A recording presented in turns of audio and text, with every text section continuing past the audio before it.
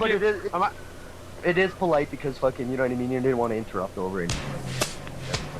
I will. What I'll do here is I'll post the fucking Daniel will give me the YouTube link. Where you're gonna run us through your how you doing this your first time? You're gonna run us through your page and then through the Waitasec page? Yeah. Okay. Yeah, just in case that I can use anyone. Just take them in my head. Do you guys mind if I mass share this video, like this live video? No, dude, that's the whole point. It's up right now on my page. Yep. Playing the intro song.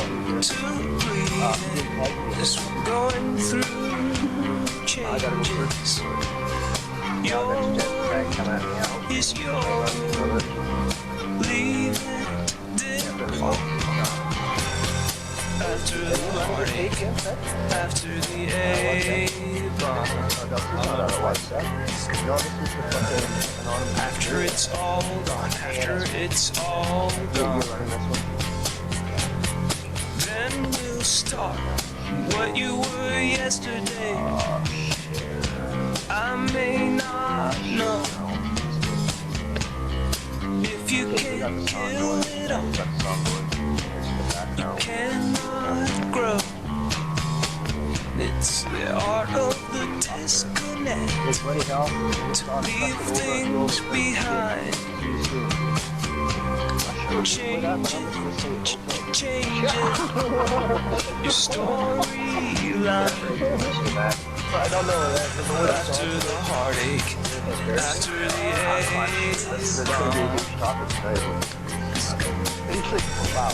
after it's all gone, after it's all gone, then we'll start.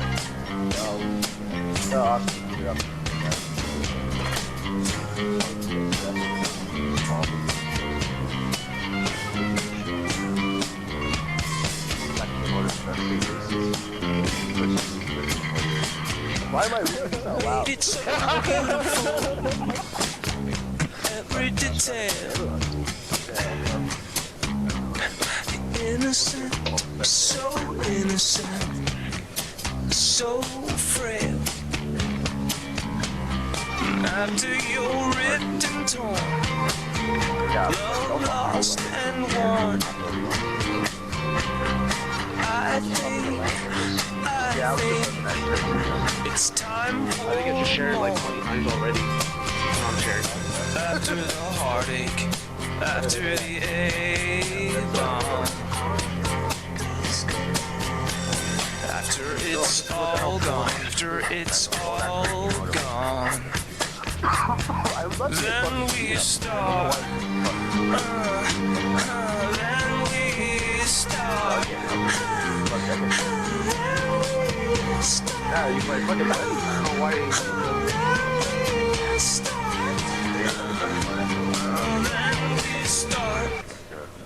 Alright, now that the intro song is over, welcome back everybody to another episode of Waitasec Presents Late Night with Daniel, Losey, and guests. Tonight's topic is the Illuminati and how all these subcategories of religion, ancient Egypt, and dejure power and the monarchies and shit like that, you know, circles back into what the Illuminati is and our current pyramid of power and control. Right now I want everybody here, all of our guests, to give a quick intro, and as soon as you guys are done with that, I'm going to give a short story of why I chose this topic for tonight. Alright, we got Fred here, ready for some live action. Bit of fun. And I don't want to talk too much about the Illuminati because it might be a conflict of interest seeing as they are my family. Right, let's go. As usual, Big Baby's always here, up in the house, you know what I mean? President of the internet, new web owner, voted by the people for the people. Everybody who knows me knows that I actually run the fucking all-seeing eye through my Waitasec logo, which says a lot to that. I'm an advocate for the Illuminati. I'm going to infiltrate them and eradicate the world. Reg? You got Ice Show here, aka Homegrown, chilling out, ready to talk some conspiracy shit. It's gonna get crazy. For sure. Reg, if you want to introduce yourself and let us know what you're all about. Hey, my name is Reg, Canadian brother. I'm a anarchist advocate, and I'm just like I believe totally in freedom fighters and to overthrow the government. Yeah, what type of programs you in and stuff like that? What ops do you do? Basically, animal cruelty operations, ops against poverty, and ops of pretty much all kinds of different operations all around the world. Good deal, good deal. Well, welcome to the show. I'm glad to have you. Tonight, the reason why I chose this topic for tonight was because I was going through a lot of my old stuff to do with my invention AMA, and I came across some old stuff that I completely and utterly forgot about. Some old pictures, if you guys could see here. Since I was 4, I've been drawing pictures of the all-seeing eye and pyramid and stuff like that. And AMA's structure is actually structured off of the all-seeing eye and stuff like that. So I mean, so it got me thinking about the Illuminati and how it ties into things. On my mother's side, Fred brought up family. On my mother's side, I am related to George Washington and King Henry IV. Also some Templar Knights and stuff like that. Sir Lord Peck. And stuff like that. So I don't know if it's something in the blood and stuff like that, but and how it all ties in. Because going back to blood ties and stuff like that, because ancient Egypt and when we're talking about dejure power, which is really the divine right to rule, which means that you're given power to rule from some divine source, whether it be a Greek god, Roman god. The ancient Romans, the ancient Greek, like Caesars. I actually have a book called The 12 Caesars where they openly admitted that they were divine descendants of certain Roman or Greek gods. Well, Roman gods for the 12 Caesars. And stuff like that. I want to know what you guys think about, ancient Egypt and the religion. If you guys want me to break down ancient Egypt, history of how that worked, how there's pyramids all over the world and stuff like that. If you guys would, why share this out? Go for it. What's that? You gonna share some stories, or were you asking us? Well, ancient Egypt, when I was studying this in college, we had, it was brilliantly called the Old Age. There was the Old, Middle, and New Age of Egypt. And, the first pharaoh was the living embodiment of Ra, which means that he was part God and also the king of the people. So they used religion and government to control their people, because not only were you listening to your God, but also you were listening to your king or pharaoh. And but the people didn't have an afterlife. Only the God and his servants had an afterlife. Eventually the Assyrians, conquered them, and then they got the Book of the Dead. That's where Osiris and Isis and all that stuff comes into play. Danny, sorry to interrupt you for a second. We have Oscar, who has just stepped up into the program. Oscar, nice to see you again. Always looking fly, my man. Welcome, Oscar. Drinking out of cups, being a bitch, and toppling governments. Getting rid of You'd have a straw and an umbrella in your cup. But yeah, the Assyrians conquered them, and then eventually the people got an afterlife. But they had to fight for that afterlife. But they used religion to control, and then that you will see a wavelength through history of how governments have used that same de jure power or divine right to rule. Monarchies are actually inaugurated by a priest with the crown. They first have to go through the priest or a witch doctor, a middleman between the gods and men.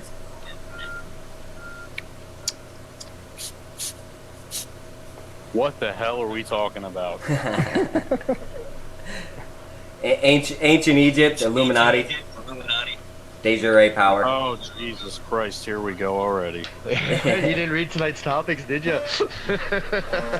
Didn't come prepared. There's no markings for me bashing my head on the wall yet, is there? No. But I don't know. I guess it's a bit of a conspiracy show here tonight. What's going on? As far as goes with the Illuminati, the Illuminati's been around for a long time. To jail. We were going to jail. No, if we were going to jail, they're waiting. We probably can do this for a year before they give us all multiple indictments. They should probably tune into episode number 4. Tune into number 4 or number 3. That's when it gets a bit dicey. In Canada, we're allowed to get away with murder. Yeah, we pretty much are. The letters from the IRS start tomorrow. Dude, if you don't open them, you never got them. You just right on there. Does not live here no more. Send it back in the mail. I don't know. Yeah, I hang up that shit on my wall, the wall of fame. Yeah, that's what Guys, those letters on the wall, I framed them for you so you can clearly see I did not open them. So let me get this straight. Like, with all that history you're talking about Egypt and that, they're not aliens on another planet. Well, they might be. Who knows? Well, Listen, man. There's been civilizations that were on this planet way before than we actually, what our history books lie to us about. Oscar, I posted on your wall today, Umbak from Cambodia, right? One of the oldest temples, and they literally recently just took over this new technology, this laser thing that scans the ground, and they literally found an ancient civilization city that has been buried underneath the ground for thousands of years. I'm doing a double take on that right now. My secretary is fucking fired. what sort of award do you pay? It might be that you don't pay enough and she just doesn't give a fuck. Yeah, no fucking, Angwan, it's hard to say the fucking word I can pronounce it. I'm not Cambodian. I'd have to get Tony to fucking pronounce it properly for you guys, but, yeah, they fucking found ancient civilizations that have been buried under the fucking jungles of Cambodia that are like thousands of years old. And we're talking like real cities. Like, these things had fucking plumbing, they had fucking water, like, you know what I mean? Some type of power grid. We're just finding this kind of shit out now. And that's been buried under the ground for thousands of years. Like, nobody knows what happened to the Aztecs. They all of a sudden just disappeared as well. You know what I mean? And all these other groups and stuff that was there. So I'm really, the history that we're being taught, the things that they tell us, it's from what they kind of know. But, of course the governments and these people know more than what they lean on. But you can't deny the fact that we're finding temples, there's pyramids that have been on this earth for fucking thousands of years. You know what I mean? But and there's civilizations that were here before the humans were here. You know what I mean? That's what we know it as today. A lot of these Bible scriptures and shit like that, they're true stories, but they're not done by gods. They're done by the fucking slave masters that were, you know what I mean? All the humans getting out of hand, fucking eradicate the earth. You know what I mean? And so these civilizations like that. But I'm pretty sure that we have ancient alien visitors here. Pretty sure that we have, aliens who exist and shit. Yeah, well, that's what I've sort of come to think of all these stories that have been happening. It's probably not so much like some god bringing down his wrath. It's probably more like an old style population cult when they can't feed with what they have and things are getting out of hand. They're just like, well, we need to downsize a bit. We just got too many people and we can't feed them all. So it's like acceptable loss. Save the rest, but these people just have to go. They're the weak link. Which brings in the Rosicrucians, which was the ones who built the Georgia Guidestones. Can you put any of these like pictures up or anything in case people don't know? Yeah, I'll yeah. find out. I'm sharing real quick, and then I'll definitely do that. All I know I do know that there's this guy. His name Graham Hancock, and he's essentially like the real world version of Indiana Jones. And years ago, he was said to have found the legitimate Atlantis, and he tells us stories about it. And when they got to Atlantis and they looked at the way they did math and the type of technology that they did kind of have, essentially everybody came to the same consensus, like, what the fuck do we have here? I don't remember the specifics, but pretty much every time that they expose one of these, especially old and kind of secretive societies, there's always this consensus of, oh, well, that's interesting. We didn't expect them to be that advanced. You know what I mean? And it's not the type of like we're impressed. It's the type of like we would have to go out of our way in rethinking who these people really were in order to explain just how advanced they were at math or astronomy or medicine, whatever it is. You know what I mean? And it's a consistent thing. Well, yeah, the Georgia Guidestones. What is that? That's built at the a very high over sea level area. Like if there was a giant tsunami that hit the East Coast, it wouldn't hit the Georgia Guidestones. The Georgia Guidestones would be sitting at the top of it. That sounds familiar, yeah. But yeah, it's not just that. If you think about JFK, he just got done giving his speech about being secret societies. Right after he gets done with that speech, he's riding back to the White House and gets himself shot. Strange. No, it wasn't strange. That was set up perfectly. That's not strange at all. People don't know. Yeah, everybody should know by now, man. That that was a fucking assassination done by the own government. The ruling elite people were about to lose their fucking their way of life. This guy came in, right? Yep. Couldn't have that. Like, I mean, the only assassinations throughout American history have all been done by the same people that are in power. You know what I mean? They're scared to lose the power. Someone's gonna expose them and run against them, so they kill them. It's not like all these other people that are just weirdo wildos, just killing people. No, these are like contracted hits. These are professionally done. And that scapegoats. I want to throw out there that when we start talking about these secret societies and these groups and things like that, that's not conspiracy. There's books written about this. Carol Quigley came out and wrote a book about the Illuminati and finished saying that his only real problem with the Illuminati is that they operate in secret and they don't just tell people what they're doing. People have been protesting at Bohemian Grove for the past 40 or 50 years. It's more so that we just don't mention these things and then everybody calls them secret, but they're hiding in plain sight. It's not that big of a deal to be even talking about this, or let alone conspiratorial. Yeah, really, it's not. That's something I've always said too, right? Some people have disagreed with me. I said, but if you're trying to hide from people and you have people looking for you and they're trying to question you, the best place to hide is in plain sight. Right. Because they usually, the majority of the time, they overlook you, unless you got a real headhunter that really needs that paycheck, you know what I mean? Predator shit, but... Right. But yeah, that's what it is, right? And I've always said that the best place to hide is in plain sight. And these people are there, they're out there. You know what I mean? They're right out there. And these are the things that now, with the advancement of the internet, this is what they want to stop, right? Because we have the information, we have freedom now, we can get truth out to the mass media. Right? And it scares them, because they're going to slowly start to slip and lose power. And in case anybody is kind of on the fence and remembering, the Georgia Guidestones are the ones that people get pretty butthurt over because, on the top of one of them it says maintain humanity under 500 million. Yeah, I'm actually guide production wisely, all this stuff, and it's one of the main things that people go to when you try and tell people, no, the elite don't want to depopulate. People go right to the Guidestones on that one. Yeah. And I'm actually showing a picture of that. It also says, be not a cancer on the earth, leave room for nature. And it's written in 20 different languages or something like that? Yeah. Go ahead, Jeff. You were going to say something. Sorry about that. No, you guys go ahead here. I got people text messaging me here trying to figure out how they can get on the feed, and I'm wondering why my feed is not showing. I'm having a hard time sharing it apparently. I keep saying it won't fucking share. Well, my interest really is in, when I look back at all this, is the way that they actually use sound, and how sound at different frequencies can do different things.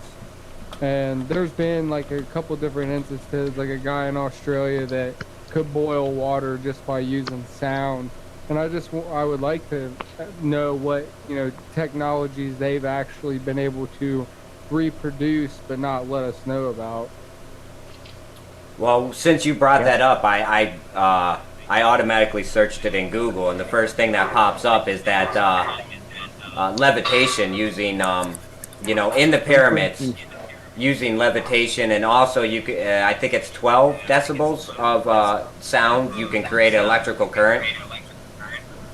Well, and I've also seen where they've actually set up, like, where they have like a ping pong ball in a set up area, and and they could actually, levitate the ball and actually make it spin, make it, go topsy-turvy. Like, it could do all these different things just by being at a certain frequency. So, the theory is that you can kind of do anything if you can find the frequency that you need it at, like levitation and stuff like that.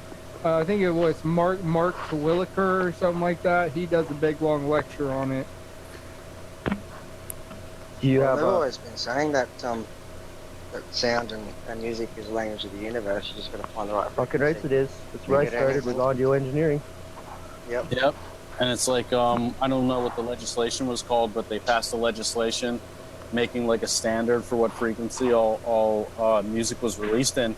Yeah. And it's the same actual frequency as a frequency that they used to use in the Nazi camps to play white noise to drive people fucking nuts. Is the standard. When we used to do that. What's that? When we used to do that, people really sort of cave in around 24 decibels, and you have to have it at the right pitch and in the right direction towards their ears, so it really made them bleed. There is now an op to stop creep catchers. I've seen that. You just seen that too? I was just laughing at it. I just had it come in my feed and laugh. I was like, thank you, now we have this. Well, fuck you, buddy. Get my ass to I already fucking ran my mouth at a whole whack the other night. Somebody's got to stop them. Yeah. I just shared a picture of the wall where all the everything's written down in different languages. You talk about Georgia Guidestone? Yeah, that's right. Yeah. I found an actual picture of it. So what's your guys' actual theory behind the actual Guidestones? Like, how they got there, how nobody's seen it happening, it's just there. Well, that's just it, right? It goes back to what I was saying, that there's been civilizations, like, real civilizations, they were here thousands upon thousands of years before we even really know. That's what's going on, right? And that's what it is. It's no different. Those Easter Island guys, right? Everyone just thought they were fucking heads on island. They started excavating it and found out that these are like fucking 60-foot fucking statues that are buried in the fucking ground. I'm gonna pull up a picture of that. Whoever's running Messenger in the background, can you go and mute the notifications? You got that thing coming through on the live. That's me. My bad.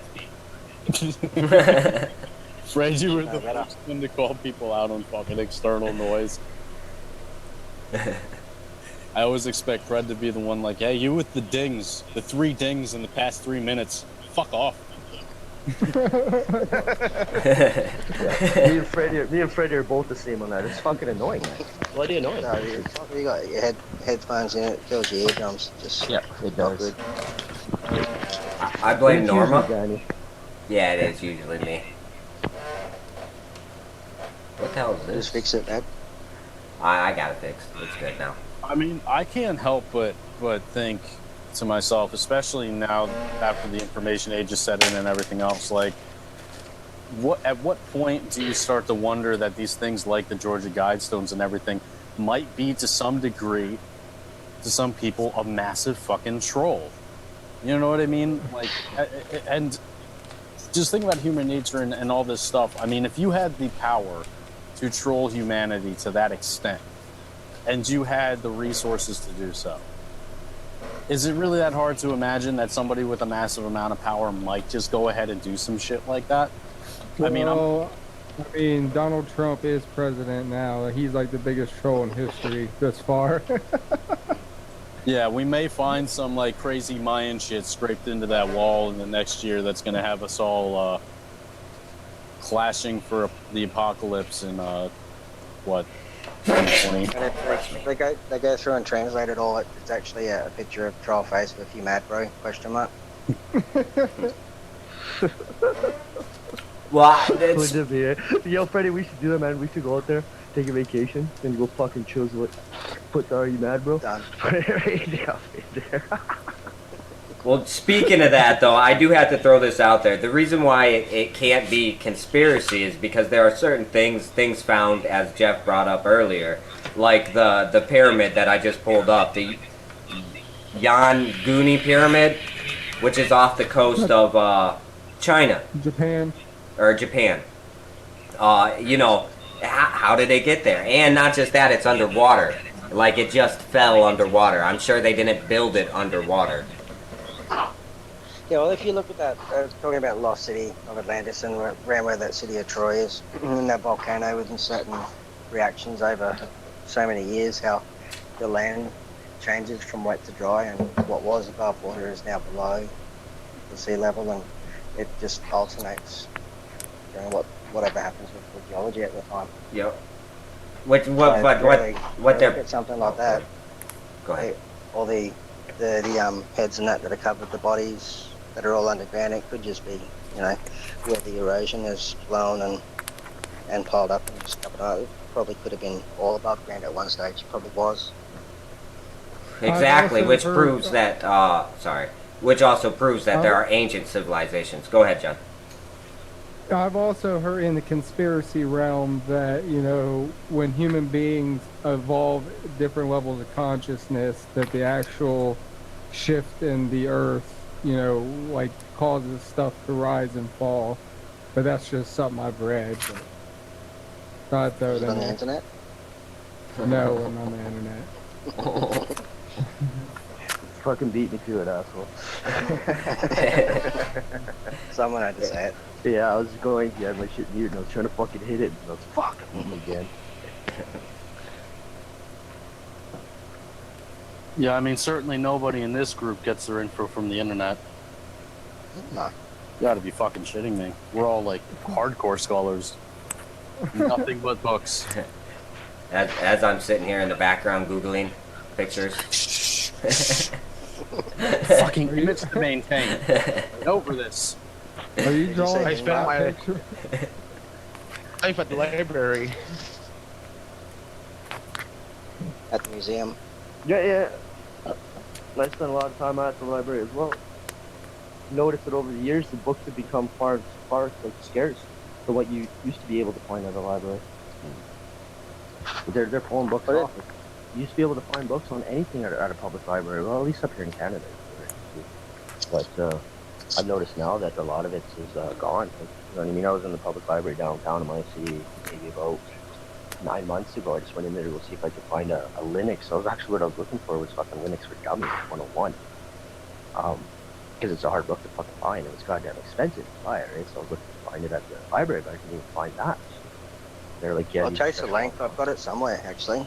I've got it somewhere saved on a hard drive. I'll send it to you. You might need some help.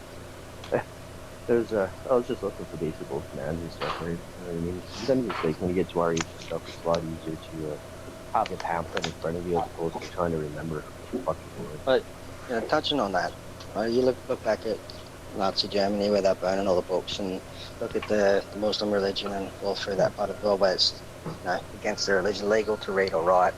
Like, what lies are they telling that they don't want people to discover, if that's the issue? Mm-hmm. It's all written down somewhere, but you're not allowed to read it. Yeah. Speaking of Nazi Germany has a really big role to play in the conspiratorial world. Even when talking about ancient civilizations, I mean, the amount of lore that surrounds the types of things that went on back then, such as like Project Paperclip. Have you ever heard of like the Nazi Bell and all these other things? I mean, the amount of stuff that's circulating out there is just absolutely extraordinary. Yeah. And them going to Antarctica as well and digging holes into the ice caps. I mean, the amount of stuff out there just doesn't end.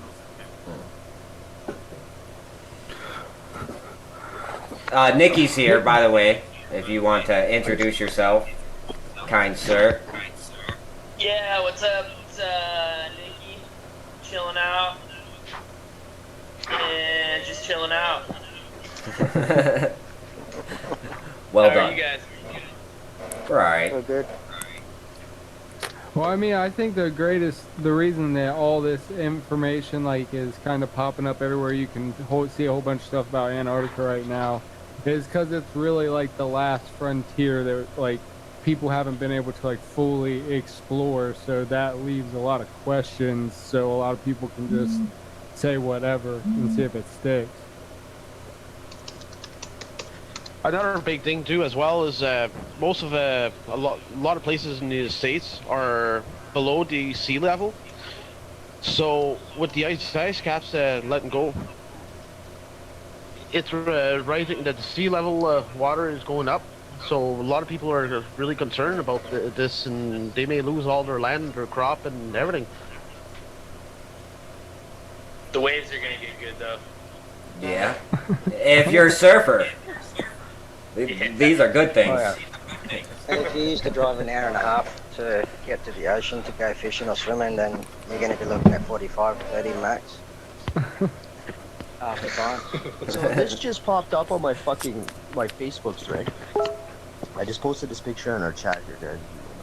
Just back into look at it. They fucking like this kid. Just like, I don't know what the hell's going on with them. I'm hoping A Factory has nothing to do behind this. What the fuck? Exactly, that's what I said too. I was like, what the fuck? Where is it? Here. I just posted it in our chat. I really give people I'll have a look. That's pretty fucking nasty, man. It's not something I run a repost. What the fuck is this now? Oh, wow. Yeah. Yeah, that's not us. No. We did not do that. Oh shit. I'm not calling anybody on that shit. That kid's like on his own.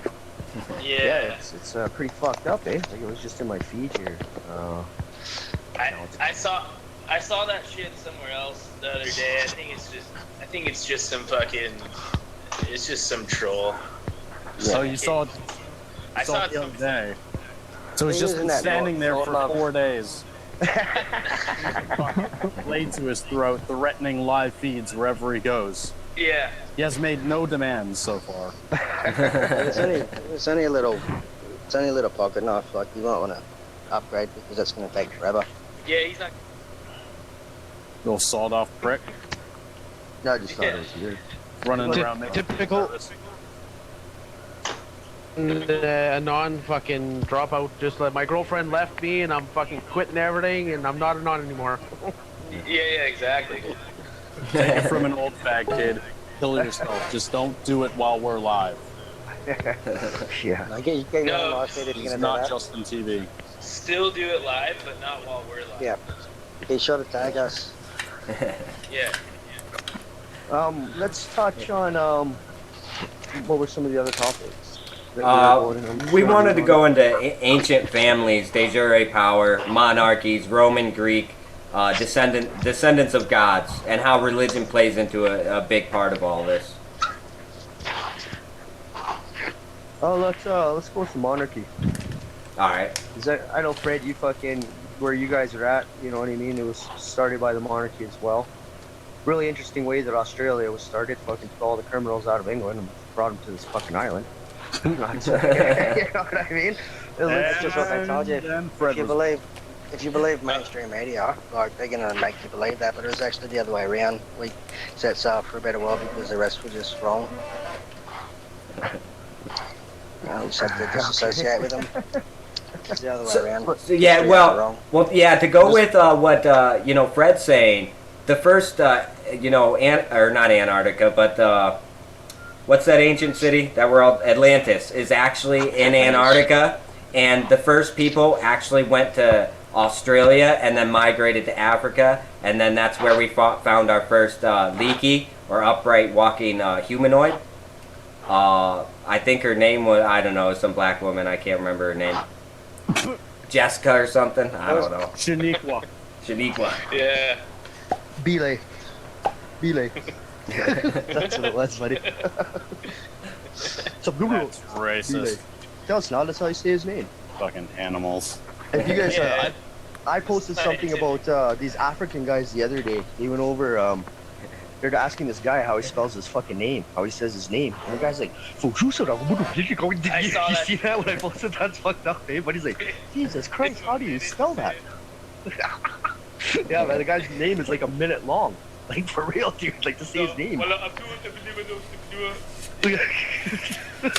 ask the guy how to pronounce his written name, and he just like busts out in a Riddick voice. Like, first you got to kill a few people.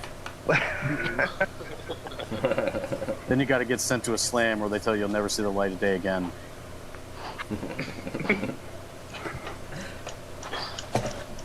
But yeah, as we're talking about monarchies, go ahead.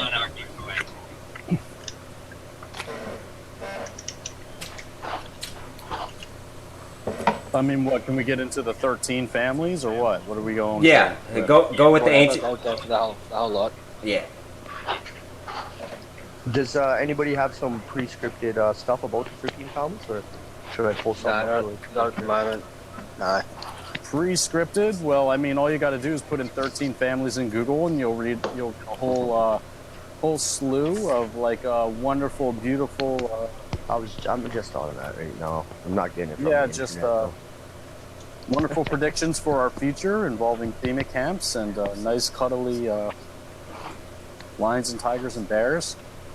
But essentially, okay, so here's a creepy one for you. I don't know if you guys heard of this, but there was a young girl from some obscure state or something who got assigned a school project, and she found through including the women's somehow in the way that scholars hadn't, that in some obscure way, every single president that we've had, except for one in the United States rather, is related somehow. You know, like Barack Obama's, like, you know, Hillary Clinton's like 8th cousin or something, and like, you know, and she brought out this whole entire family tree of how all these presidents are obscurely related. And this girl was in, like, I don't know, something like 6th grade. She was like 12 or 13. And you can find this on YouTube. It's actually really fascinating. It was on TEDx, I believe. Was it? I believe so, yeah. Yeah, it was. Yeah, Ted had that on there. I just posted up a link for this 13 families here in our chat, guys. Somebody wants to post it to our, to like where we're streaming from, so other people can have a look at it. But referencing back to that, essentially the idea is that all of the when you trace the bloodlines back, all of these presidents eventually do end up being related to these 13 families that are said to have run, you know, the monarchies in Europe and essentially been the bloodlines that rule the world. And apparently they're also all satanic. Oh God, which I think is just like a troll campaign in itself. Yeah, that's just way too much. I'm like reading this thing about how they're all like worship the devil. Yeah, and that's like, you know, it's really like you think about like Bohemian Grove, and what's like a better example of how little politicians do for a living?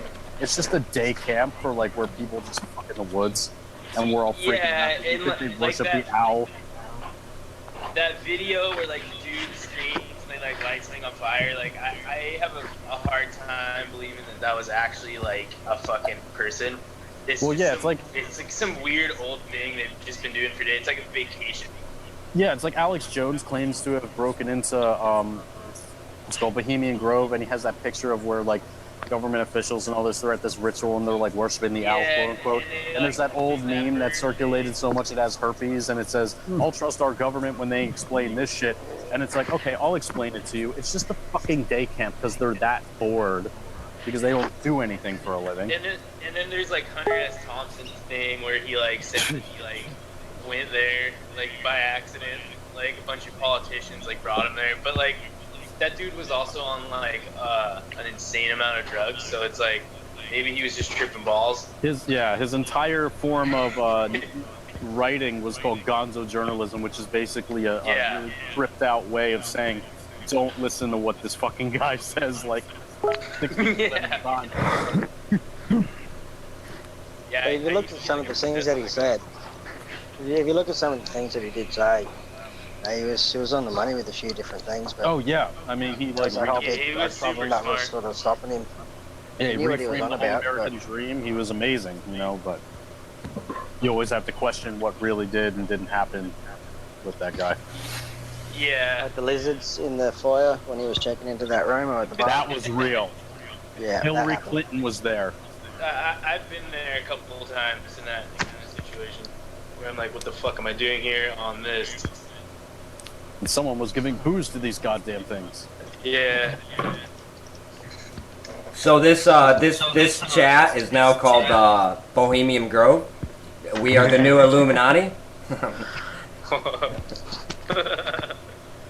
Well, I mean, what do you guys think about Bilderberg Group too? They're actually pretty good guys. I like them. I think we all work for them. Really good finger sandwiches. Okay. Just the kind of I'm things in the not wine. too familiar with the Bohemian Grove people. That's the Skull and Bones shit, isn't it? Am I? That's the Skull and Bones people. It's like supposedly like a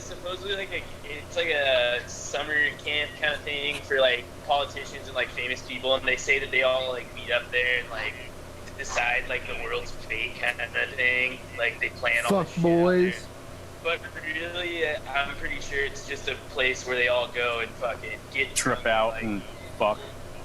yeah, They fuck just little boys. I could buy that. Sure. Anyway, I could that's that the was- thing that Alex Jones fucking first kind Yeah. of famous there, right? Was that Bohemian Yeah, Grove? that's what I was talking about. If you see that meme that says I'll trust our government when they explain this shit, he supposedly took that picture. Or it was like a screenshot off a video he took or something. Yeah, there's like a video. I've seen a little video clip of it, and like some dude like screams when they light it on fire. But like it's, I don't know. It looks like a play or some shit. Well, Right, and of course it's from a fucking flip phone video or something back in like Yeah. Super what year? grainy and shitty.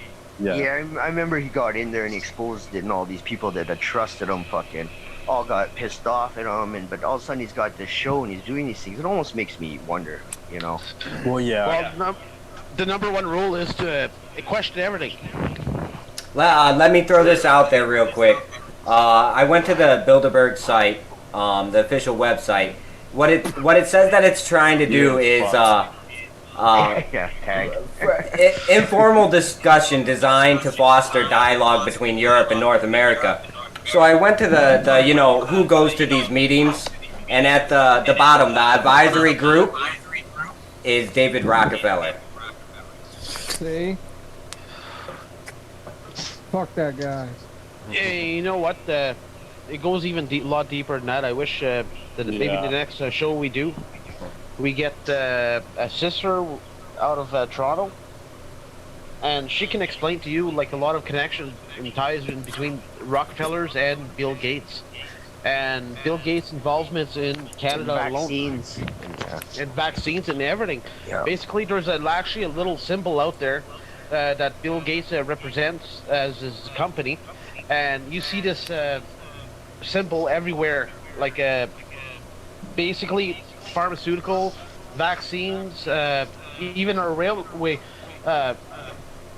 CN Rail in Canada is owned mostly by Bill Gates. Really? I don't know that. I was just talking about elite families and stuff here. I'm just scrolling through some of my social media Yeah, stuff here. the and it says Rockefellers are an odd bunch because on one hand they're like they're the big name that everybody likes to throw around. But I've watched a lecture by like one of the younger ones or whatever, and I mean they all seem like chill dudes and still until they start like slitting baby throats and like fucking little boys in front of you. But he was talking about like data mining on Facebook. It struck me as like fairly normal. Now, if you run into like video of the older ones, like the older Rockefellers, they do strike you as like creepishly detached. And you can just tell by like looking at these motherfuckers. You're like, these guys do not talk to everyday people ever. Spent too much time in the deep web, I think. You swim back to the surface. Seeing talking about the elites and Illuminatis and shit, I was just seeing something here. It says the media is outraged that Trump criticized CNN.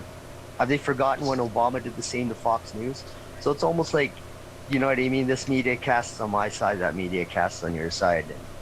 It's always been that way. Yeah, it's been that way since the World War II, when Hitler actually started it by bringing out what the U.S. was, these people were calling the propaganda and shit, right? He actually went into the newspaper, says, you're going to print this, you're going to tell the people who are winning, you're going to tell the people who are doing this. And it worked, right? He was smart, dude. Yeah, and it worked. And the truth of the matter is that Germany, the Nazis never actually lost the war. No, we kind of adopted them. They moved. Is all they did, right? The people that built the fucking bomb that was dropped on Hiroshima and Nagasaki for absolutely zero reason. So, you know what I mean? They had already declared that they weren't, you know what I mean? The war was over, but they just went and dropped it to sea. And the scientists that were building this were the same rocket scientists that were working in the Germans, or right, fucking science division, right? One of the main scientists. Yeah. And the guys that developed that is like, these were the Germans. Like, oh, we smuggled these guys out so they could build us this shit. What do you mean you smuggled them out?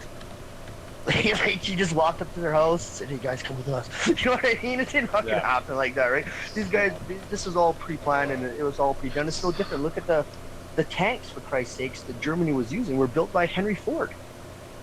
Henry Ford and the American governments had actually given Hitler and them a bunch of money to start these things also. Kind of reminds you of the memes about where ISIS is driving a bunch of fucking Ford trucks. Toyotas. Yeah, Toyotas. Yeah. Mm-hmm. It's like, where's my fucking free Toyota? And this is not Saudi Arabia. Like in Saudi Arabia, my friends tell me, it's like, man, if you can't afford like insurance on your car and shit, and you hit somebody, kill that person so that their family doesn't fucking sue you and come after you, and you live that person's thing. But he also told me that out there in the middle of fucking the deserts and shit. Vietnam all the time, dude. Yeah, but he was telling me also that like you'll find Mercedes, you'll find like McLaren F1s, you'll find Lamborghinis on the side of these fucking dirt highways that are just covered in dust. For some unknown reason, like he just said, it's the cost of shit. It's like cheaper to fucking just leave the car there and go pick up a new one than it is to fucking. I was like, what are you talking about? And he was showing me these pictures. Like, it's hard for me to explain what he was talking about because I know I'm not making a lot of sense saying it. But he was telling me that there's laws and shit there that if you like, you know what I mean, if you can't afford the gas and your car runs out of gas, so like you're better off to leave your fucking car and run and get back into the city somehow, or somebody's gonna kill you or something. It was kind of funny. It was a language barrier because he was speaking, you know what I mean. He was speaking Saudi, he was speaking Arabic to me, right? And it was getting translated through Google Translate and shit. But he was saying that you all throughout like Saudi Arabia and shit, man, you can find all these fucking Lamborghinis and like McLaren F1s just fucking sitting on the side of the road, like just sitting there. Touching on that, have you guys seen that Saudi death drifting videos? Oh hell yeah! On YouTube. Oh man, like they got some money there, like sideways at 220k, isn't it? Yeah, $250,000 car and just wiping out crowds. Yeah. Like don't get front row seats because you're not coming back. Those fucking Saudis, man. They got some answering to do. Crazy. Like when they go rolling, like 30 rolls in the air and like arms and legs are just going flying everywhere. Just people with the part. And they're like, next car please. And that line they come. So let's go again. I have to throw this out there. The discovery of nuclear fission was actually by German chemists Otto Hahn and Fritz Strassmann in 1938. Well, correct me if I'm wrong, and this is a little off topic, but didn't Truman's advisors tell him to set off Little Boy and Big Boy off the shores to scare the shit out of people? And he was just like, no, we're fucking bombing them. Am I wrong about that? I don't recall. Like, the meeting's kind of a blur to me that day when that happened. So, you know what I mean? He was, fucking Big Baby was the one advisor that was like, fuck it, the president, take these motherfuckers out. Pretty much. Yeah, we got there early and they had an open bar, which was free, like, Beef catchers' lives matter. Was that you, Reg? That's you, eh? Oh fuck yeah! If yeah, these creep catcher guys, I don't know, what do they operate like out in your neck of the woods there, man? Like, everybody on the internet knows I've been fighting with them for the last little while and calling them out and doing shit, but I'm not too sure about the eastern chapters. Are they just as fucking stupid as the guys out west here? Like, I have no clue. I'm not affiliated with any of the eastern chapters. Basically how it all happened is we started a little group. It's called Section 2, and some of these guys went and started doing creep catcher. So these guys are out west, out of BC and Alberta. yeah, Dawson's from my city. The guy that actually originally started, he's from my city. I believe in the ideal because it is an anarchist kind of ideal, but the problem is the law doesn't recognize this as like help for the community. They even if they did say if there was chat logs and everything that this guy is actually considered a pedophile, he's meeting up with this 13-year-old girl. The police won't do fuck all about it. So basically, they took it upon their own hands and started exposing these people. But the biggest problem of creep catcher, like the biggest problem is some of these people, these victims that victims, I can't say, fucking pedophiles, they're exposing, they're killing themselves. So it becomes a big fucking liability. So who's like right and who's wrong? Well, then you got the it's a touchy subject. So like I support the ideal, but sometimes some of the different creep catcher groups are not doing things properly, and I think that law enforcement should actually be working with creep catchers a lot more and just getting search warrants and arresting and just fucking get rid of these fucking pedophiles instead of not giving them a chance to kill themselves. Basically, I don't know what's the right thing, really. But yeah, like with chat logs and that all being dismissed and they don't want to know about it, like, honestly, I can take Photoshop, and if I'm in a chat with you, like, all you have to say is two things to me, and I get your speech bubble, your chat bubble, and, you know, one comment from you, and I can make you say whatever I want you to say. Like, you can alter it too easily for it to be, you know, any sort of credibility in the court, but you gotta have something that's indisputable, like a video. But if you go meeting people and you know, chasing them down in public, then you're crossing over into a vigilante type Well, yeah. thing, and you know, like, you gotta be careful that you're not, you know, you could be caused with. Actually, I'm gonna go to view page, or not view page source, but inspect element on something, so I can show you guys how easy you can change anything online. It's Windows Inspect Element. You can change anybody's fucking. I can change anything online. Chat. You can change anybody's chat, but it also changes it in a way. If you know how to use Inspect, it when you repost it and you change it, it's not the same as the original. It's a little bit different, and if you can pick out the pixelations in it, then you'd be able to know. Unfortunately, like, you know, having been through the system myself, I can tell you right now that there's a lot of lawyers that will try and tell you that your IP address doesn't even matter when you're accused of a cybercrime. Like, the law has not kept up with science, and it has not kept up with computer science. Sure as hell hasn't. And Fred brought up a good point in general, and something that I'd just like to say is, you know, it's not really law enforcement's responsibility to work with creep catchers. It's creep catchers' responsibility to fucking work with law enforcement. You can't expect law enforcement to fucking accommodate for you. Anarchist or not, you know, we all have to accept the world that we live in. So if you guys check out my screen, for the Manhattan Project wiki, they now like cookies. Manhattan Project disambiguation. Just to let you guys know. But anyways, go ahead, guys. I just wanted to say a little. No, sorry. I just want to say a little thing about the creep catchers. What I personally think, and it's true. They should be working with law enforcement. Myself personally, I don't want to fucking be part of that. I got 3 kids at home, and obviously at one point in time you'll be pissing off the wrong fucking dude, and he's gonna fucking try to put a hit on you and your family. So it's not worth the fucking risk. if someone was to try to message my kids and start something, obviously I'm gonna get down to the fucking thing. But it's weird how like say like they arrest us, they get this fucking one cop out in BC, and then they became heroes and everything, and fame fags and making all kinds of fucking profit off the name creep catchers. But then in other ways, like there's a lot of like incidents that are not being fucking told.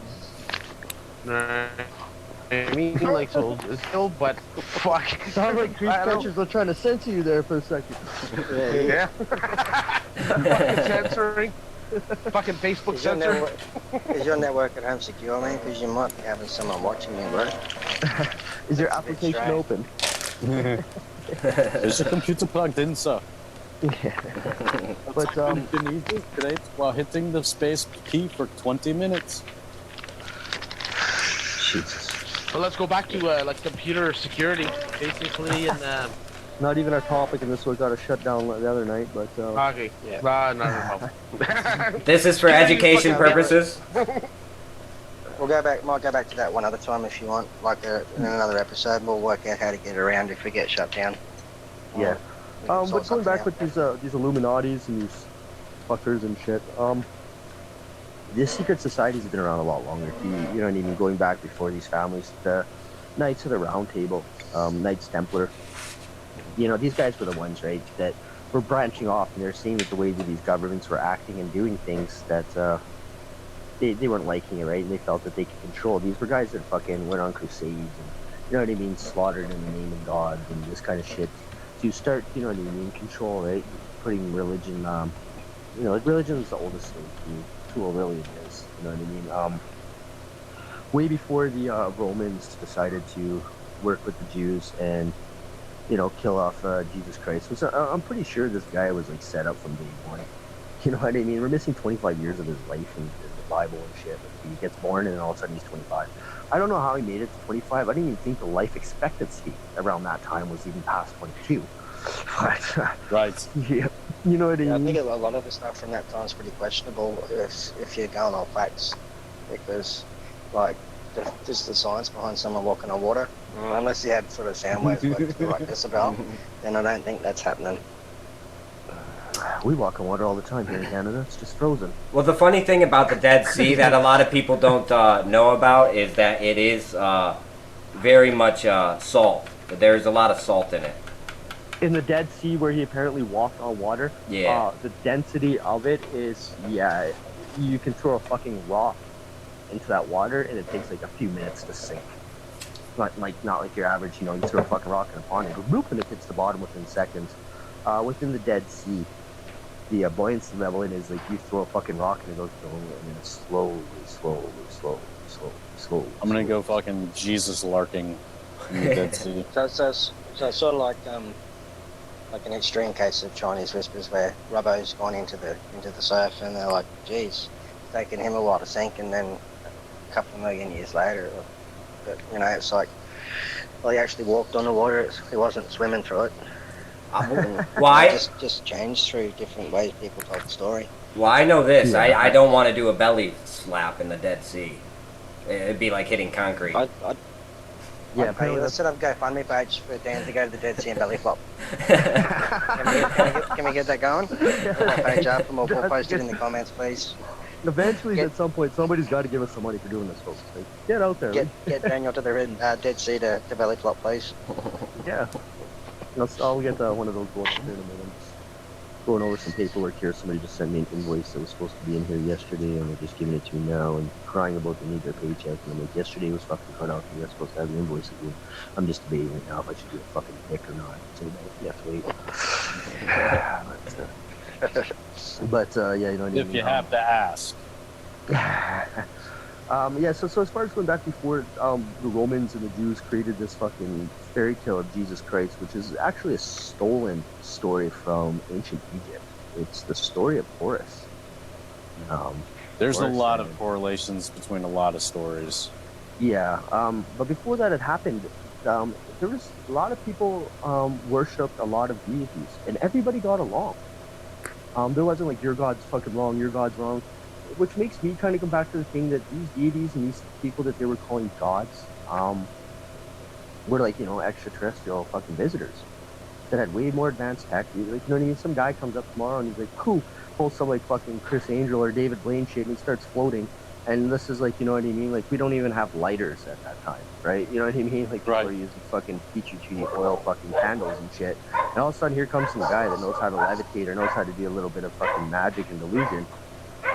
And fucking people are like, but truthfully, majority of it, it's had to been advanced civilizations that came here, as far as I'm concerned. And they worship all these deities. And the world started going fuck is when they started the story of Jesus Christ and all that stuff is saying you can only worship one God. And that's when the wars and all these things started happening. In the book, in the Quran, the Prophet Muhammad, peace be upon him, I fucking see this, I'm reading through it and I'm reading at it and I'm looking at it and he says, there shall be no other prophet that comes after me. And I'm like, that's fucking brilliant. That's bloody fucking marvelous. You're now making a book saying that you're the last prophet and nobody else that ever comes after you will be a fucking prophet. You're the last one. So anybody else that claims to be a fucking prophet is lying. You know what I mean? Like, that's just fucking brilliant. As far as it goes for control and population, like, yeah, there will be no other prophet. Right? For sure. Yeah, right. I just thought that was brilliant. But that's a lot of it where the wars and all these religious things started is because of the Romans and the Jews that created and started this thing, right? I mean, the Jews came out of Egypt. Egypt's in Africa. I don't know how many fucking white people were walking out of Africa 2,000-3,000 years ago. I'm not really too sure. Maybe there was a lot. Maybe maybe the Jews are Australian. Never fucking. Right? According to Freddie, the people got on the fucking thing and left there, and they didn't go to your island. So, but the Jews and stuff like that. And if the first men they're saying was black, I'm not too sure how we have fucking white Homo erectus people, and we have fucking white Homo sapiens, and the fucking monkeys that they say we evolved from are like white. Where's all the fucking where's the black people? Because all the these people were all black, like they were dark skinned. You know what I mean? There's no fucking white people coming out of fucking Africa. Right. You know what I mean? So and I look at that, and they were exiled out of the Holy Land, Egypt, and destined to walk the fucking desert for 50 years. That's 50 years of fucking plotting to get Eden. But I'm not too sure of like, you know, how these Jews became white when everybody came out of Africa. I've never, you know what I mean, way back then when there's like, you know, grass skirt wearing guys and fucking spear truckers and shit. Nobody's fucking, you know what I mean, nobody's white. I've been to a couple places in Africa and I've never even gone out, like, you don't see white guys, it's tribes. And you know what I mean? So I'm just kind of curious for the Jews. They get exiled out of here and they became white. And then they stole the story of Horus, made the Jesus Christ story. Like, honestly, if you really look into it, a lot of it doesn't make any sense, but it makes a lot of sense of what's going on in the world right now. According to the scriptures and these things that have been leaked and put out there, that the Jews are the actual bloodline of the Anunnaki. And if you know about the Anunnaki, apparently the Anunnaki, they say that they were space raiders. They came from the stars. You know what I mean? So when somebody's saying they came from the stars, and it's in their scripture, and they had big chariots of fire, I'm pretty sure that's jet fuel that melts steel beams. And you know what I mean? This is where they're coming from. Look out for the hot sauce that we're marketing this coming summer. Well, and so a lot of this religion and these people that have been protecting this, which goes down when the Christianity sect started happening or working with the Jews, the French, Pope and whatever, exiled the Templars Knights and wanted them all killed because they were becoming a threat. They were, you know what I mean, the Knights of the Round Table and the Knights Templars were on the good side of Christianity. They weren't trying to manipulate the world and stuff like King Richard out of England, who was on the Crusades. He was one of the most loved kings of England all time because he stopped taxes. He was trying to make the people good. You know what I mean? He was seeing the people in his land and his community start to flourish and get great and do things. And people worked as a community, but when these other groups come in and they know ways of manipulation and, you know, we're going to make taxes, we're going to build your roads, we have to do this, and you have to pay us to do this, and if you don't pay us, we're going to kill you. You're kind of put in a corner. You're forced to be in a corner. You know what I mean? Where it's like, well, I value my life. I don't think this is right, but you know what I mean? Here's my 2 fucking wooden nickels. Well, that's how all ruling classes come in. They threaten you with rape and pillage, and then they turn around and they go, oh, but we can be merciful and you can just let us rule you. And then the fucking propaganda starts and off you go with all the fuckery, you know. So we've seen that a million times. It's really, you know. And to go on to Jeff's point, though, is that even if you read the, Genesis and the Book of Enoch, they both say the sons of heaven came down and mated with the daughters of earth, which then created the Nephilim. Who are the sons of heaven? Do you know what I mean? Maybe it was aliens. Well, there's no doubt. It has to be aliens, man. Every book is saying these people came from the stars. Even the indigenous people, the natives, to all places, they talk about. And if you go on to like reses and old tribes and places, even where you're at, Freddie, like there's still indigenous people that live out in the outback and stuff. And if you go and you look at some of their old cave paintings and some of the things, they said that these star people, these star childs, would come and talk with them and give them guidance and stuff. You know what I mean? So I'm pretty sure not all of the peyote was making them hallucinate. I'm pretty sure at one point that these things were happening and these people did come to visit. And I think from a lot of stuff that I read, I don't know if it's bullshit. I like to read into it and I like to think about it, but there's an intergalactic war that's been going on between several races. And Earth was one of the things to fight and was fighting for this reptile agenda versus, Anunnakis and the Nordic people and stuff like that. Apparently, the Nordics are the blonde hair and the blue eyes. Which kind of makes me, why was Hitler trying to eradicate everybody that wasn't blonde hair and blue eyes? It's, you know what I mean? Because these were this supreme race, apparently, right? These were the star child with the blonde hair and the blue eyes. Which, I'd still be here, the dirty people on the stretch and paper.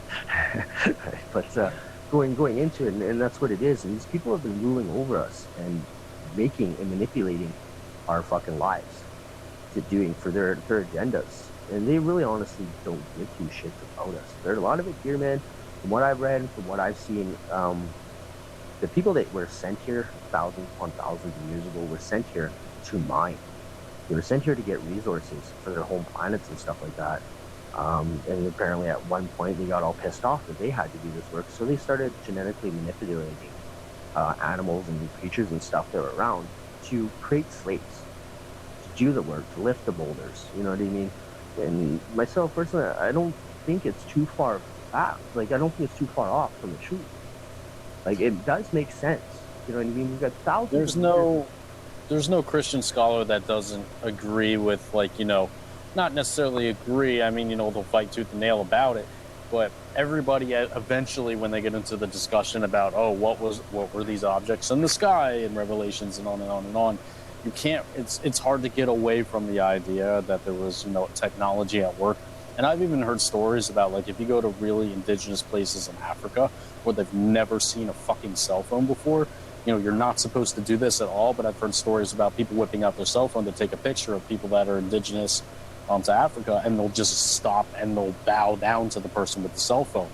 Yeah, you know what I mean. So that whole thing, it just goes to show you, if you can do that to people in this modern day, today, being alive right now, imagine that would be a text and spark, a movement that would last thousands of years. Any type of, encounter with an extraterrestrial race, things like that. Slaves in the Cave. The allegory written by Plato. That when you don't see these things, you see the silhouettes, you'll think them gods because you don't know what they are. You got to change your perception. The only way that will, to get the entire race out of, the concept of, bowing down to things like cell phones is to get them to see and to actually live it. And if we go out into space and find these aliens and stuff like that, then, and things don't become so much magical. They're not magical silhouettes that we can't see. They become real people. They become real things. Go ahead, as you were saying.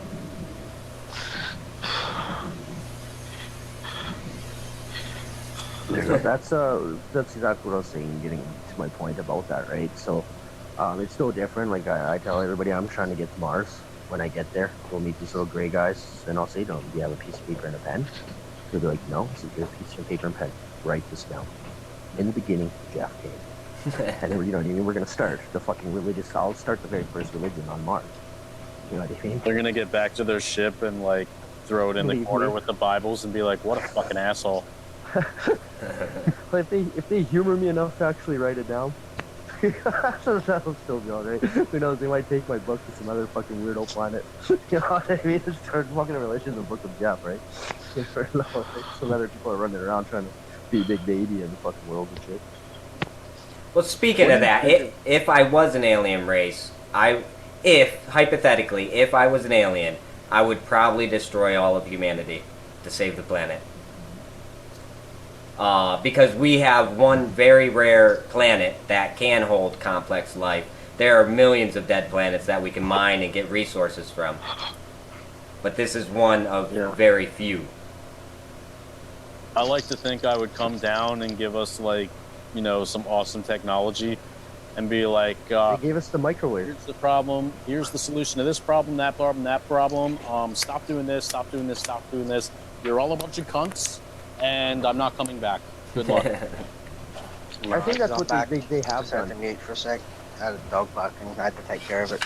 You kill it? You don't have fucking dogs, you have dingoes. There's no fucking dogs in Australia. It's not barking anymore. We'll just say that much.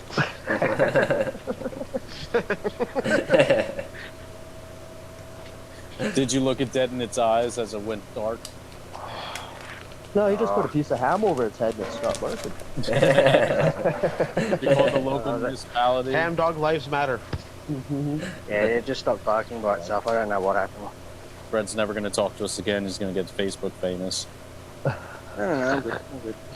I'll remember yours at the top. Well, Fred is already Facebook famous. Nah. Hey, Roseman came back around, right? Yeah, he Never did. left. Well, no, he never left. He went through a hell of a time, man. I was there fucking... Those, Sammy, they were saying that he jacked it, and I probably wouldn't doubt it, but whoever made the first thing, at least he fucking, played off of it, right? And he got his ass in a lot of trouble. Like, he put a GoFundMe, and people were just giving him fucking money left, right, and center. And fucking, it caused a huge uproar amongst a lot of our community activists and stuff, right? He's straight up taking money, but look at this, you're getting mad that this guy is like, got a picture of a fucking ham dog, his face got burned and he needs money for surgery, and you guys feel bad and you give him money, but at the same time you have no problems fucking, taxation and stuff. You have no problems fucking giving your money away to these, like the Red Cross and these fucking Save Africa places. If you give money to Ham Dog, I call that retard tax. That's the tax for breathing my air. Well, there you go. And so I had no issues, and I was around when he got in trouble for all that, and I said, it's gonna blow over, bro. Like, I thought it was epic, I thought it was hilarious, and I spammed it as much as I possibly could, right? But, and then he did, he got in trouble, and people started bashing on him and saying all this stuff, but eventually he did come back around, and he's still running the fucking troll anonymous pages and stuff, right? So, Oh, so some of these animal rights activists are actually going way the fuck out of hand, like, they're fucking bitching out over the stupidest fucking things. Yeah, well, I don't want to know what I just did then.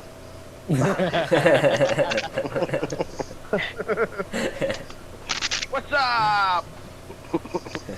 Who's all up in here now? No, here. Norma just joined.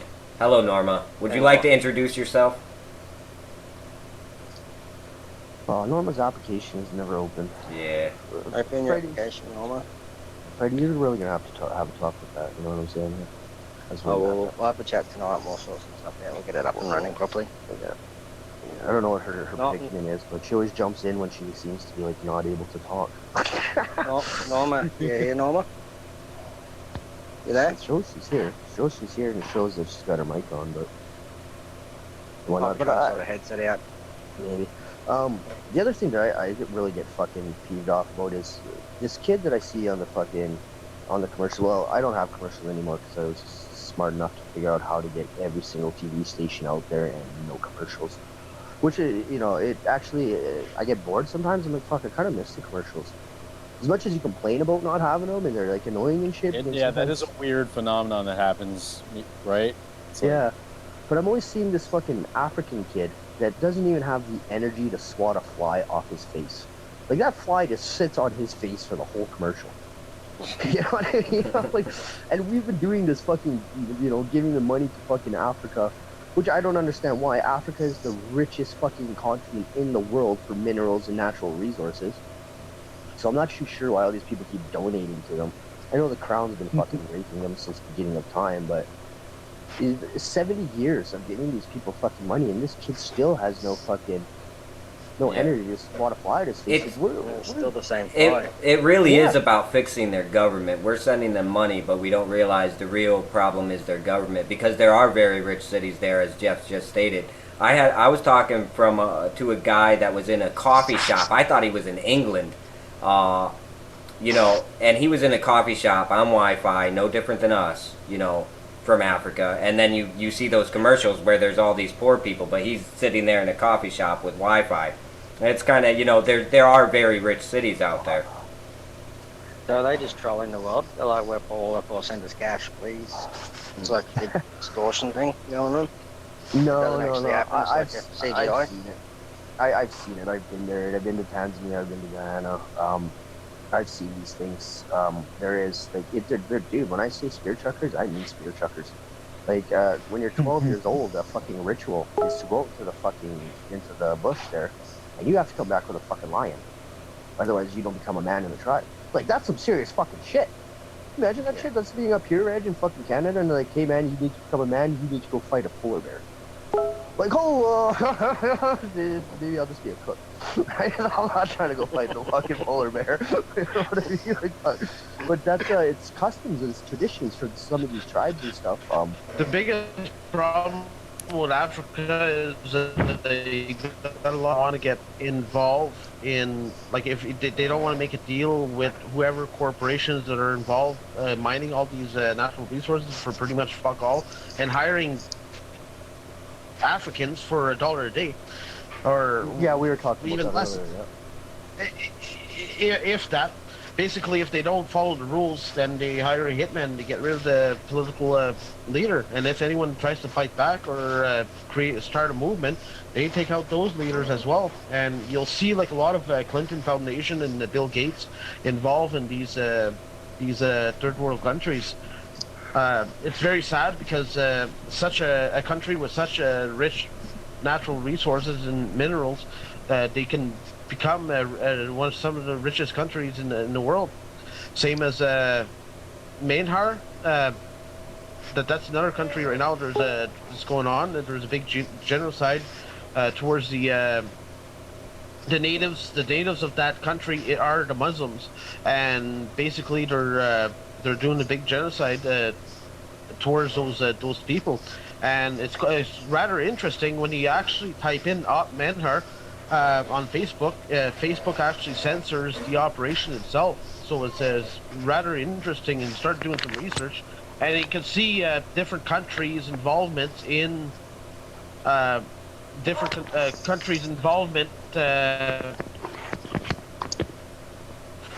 funding the whole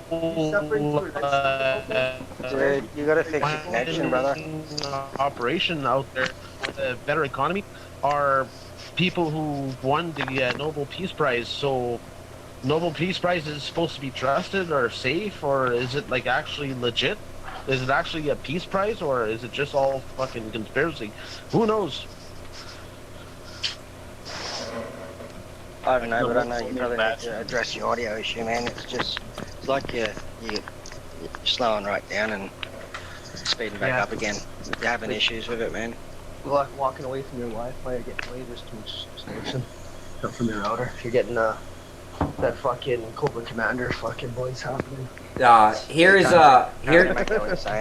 some of the rich cities in Africa. There's Marrakesh, Morocco, Abuja, Nigeria, Dar es Salaam, Tanzania, Nairobi, Kenya, Cape Town, South Africa, Lagos, Nigeria, Cairo, Egypt, Johannesburg, South Africa. Cairo. However you say it.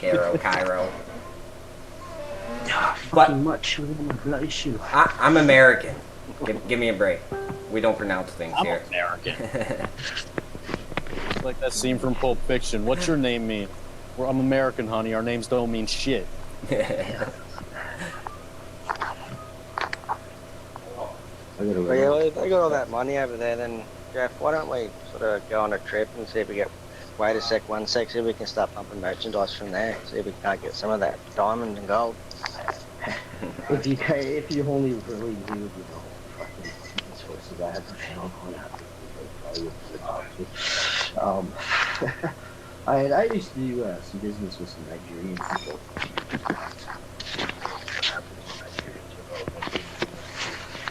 I don't know, me and Red Spurs there at one point, we posted, we sent that fucking $4,000 to my Nigerian uncle. Do you have any audio issues, Jeff? Oh, my fucking dog. Can you guys hear me? Sorry, I can hear you now. Really? I have to run. Go ahead, Jeff. We got new pit bulls at the house. So. Is my audio okay now? Yeah. Your application is working again, man.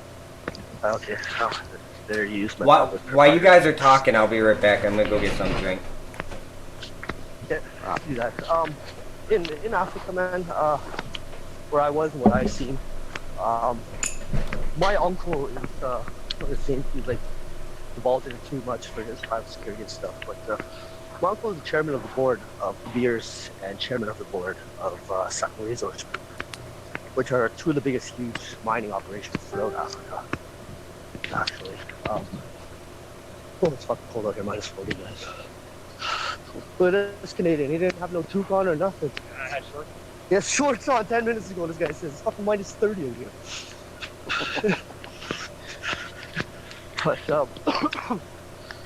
I see it, right? My uncle could be in Canadian, we have a little bit different hearts and shit, but he was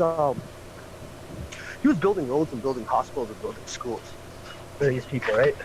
And, it's really poor over there, but yet it's one of the most richest natural resource countries in the world, right? It's screwed up, but if we did go out there, Freddie, we'd probably make goddamn good money. Just chill what we're doing. I'm inquiring about Oh yeah, drop that again, man. I can't really hear you. But who have we got here? Hang on. It's working. Or is it's not working? Yeah. Everybody's gonna end up like Fred's dog if we don't fix this audio. Yeah, the connection was timed out. I had to fucking get out of the chat and then get back into the conference call.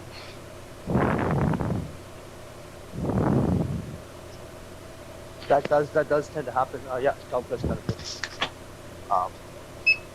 Yeah, it does happen. I'm probably gonna have to do the same thing here. I'm gonna have to refresh you. Yeah. Free, come on, they're free, man. It's 100 pack of cigarettes this week. Come on, free. You're good to see you. Yeah, fuck it. Oh, back into a cold. But anyways, let's get back onto like some Illuminati and talking about families here and shit about what he's doing class. These families that have been doing this, the reason why I advocate Trump and I like Trump is because he comes out of the Jesuit clan. Although they are a secret fucking society and are bad people, if you're gonna have to vote on, you know, the evils, the Jesuits are the way you want to go. They still have some type of morals, per se. They're not into the fucking kid diddling shit. They're not into, you know what I mean, but all that kind of stuff. So it's another big news because I think there'll be a big change. But they haven't totally crossed over the dark side yet, yeah? Exactly, right? So, and I don't think they will. To tell you the honest truth, I at some point I think they will try to kill Trump. To tell you the honest truth, I do think that. But yeah. As far as based on his cabinet picks, I don't exactly see him as any type of fucking revolutionary or even a change. You know what I mean? I mean, I had high hopes big for the business, cabinet right? picks. Oh, fucker. He's about big business. So, and he wants to break down these walls with Russia and China, right? You know what I mean? And yeah, it's an upside circle. I don't doubt him on the that's... economic side of things. I got a puppy dog. He's not going to do what we really need done, which is to fucking get rid of. I mean, roll back the big deal and all this fucking shit, but he's certainly not going to take it in the wrong direction. No, and I don't think so either. I think that he's going to do things here. Did you guys know in 2009 one of our biggest exports was actually professional services? What that means is that we were outsourcing all of our highest academic personnel, whether it be scientists, doctors, and stuff like that, to other countries. If we were able to keep jobs here, we could fix our economy. With us outsourcing all over the world, we're not going to be able to fix our economy like we would like to. I mean, it depends on what jobs we're talking about, right?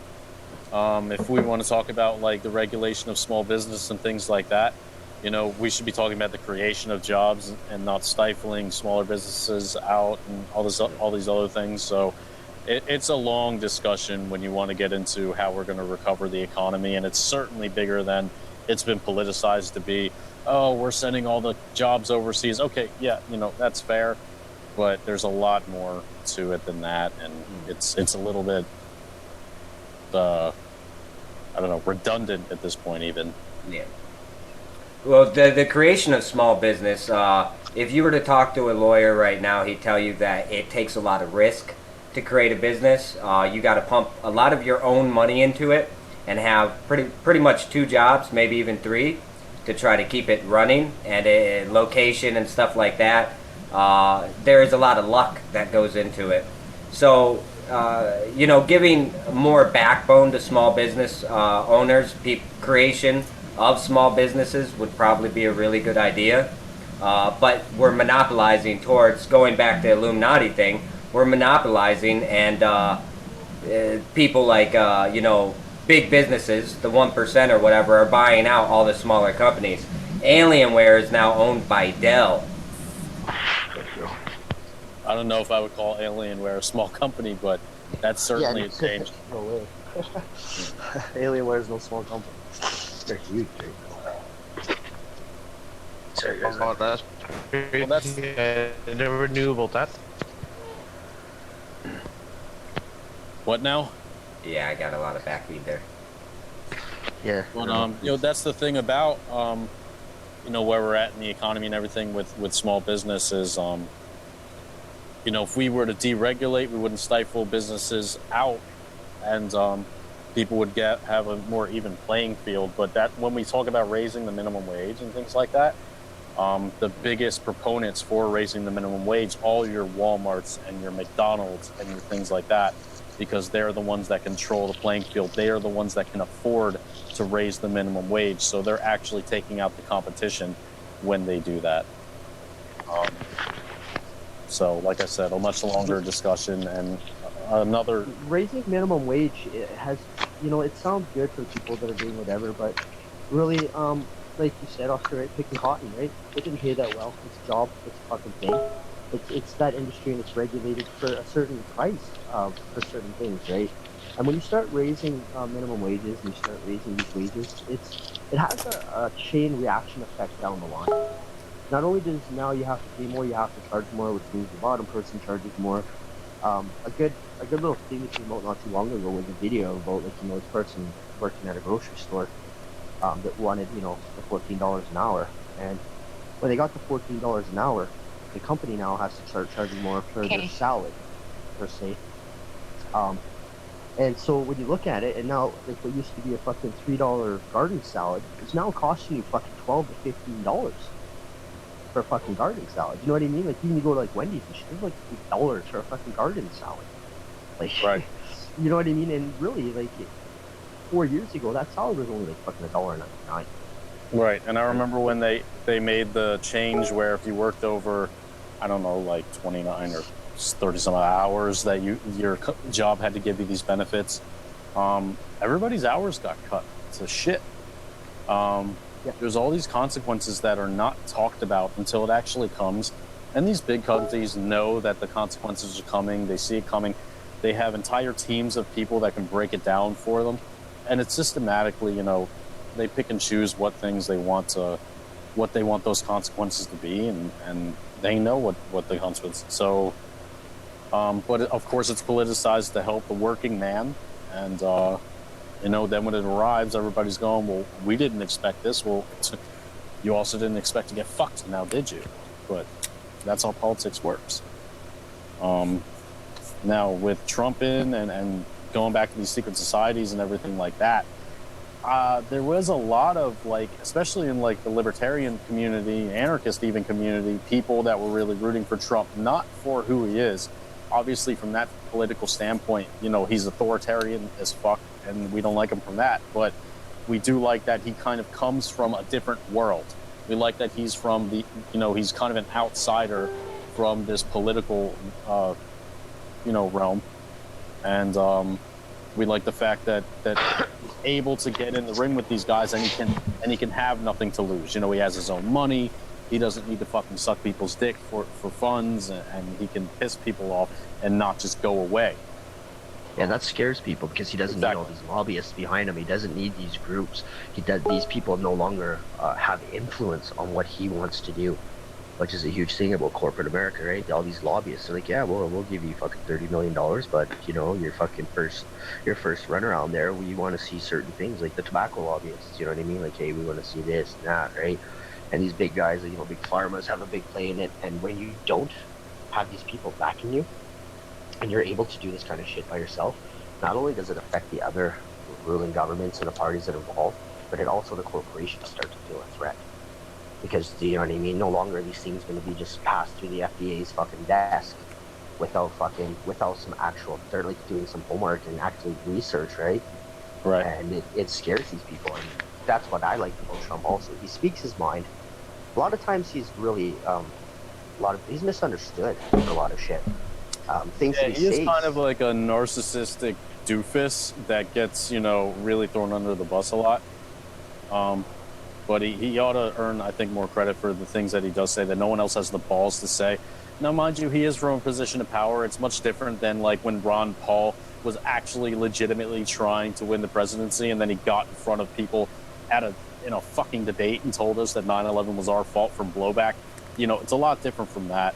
And like going back to like the difference between, having something to lose and needing to go to the establishment for money, that was a big problem with what Rand Paul did in his campaign. He went to the establishment for money, and he tried to play ball with them and say, hey, I'm not my dad. I am going to be more statist and blah, blah, blah. And these guys are like, I'm not fucking listening to a word of that shit. I'm not giving you a cent. So he went to the establishment. They didn't give him a fucking dime. And then all of his dad's following was like, you went to the fucking establishment? And they turned their back on him. So he lost those fans in that wake, and he fucked himself royally.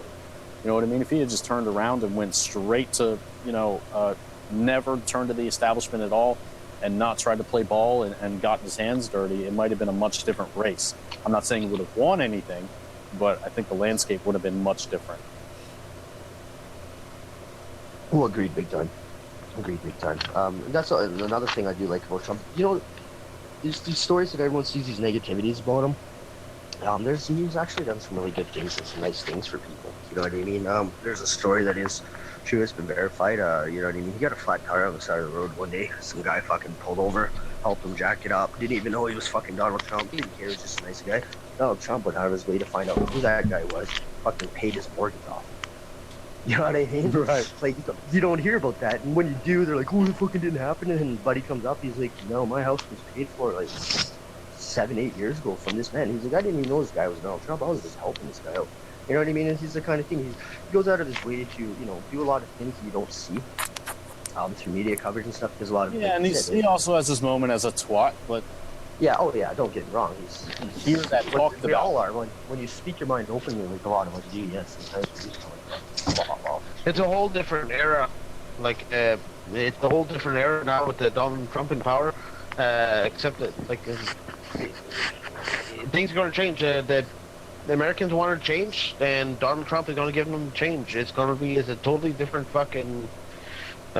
He's got different beliefs in how America should do business. I was watching some C-SPAN live feeds today, and it was actually quite interesting to see all the people involved and who he's putting in as a Secretary of Defense and And it's a big change in the White House, so who knows what's going to happen within the next few years.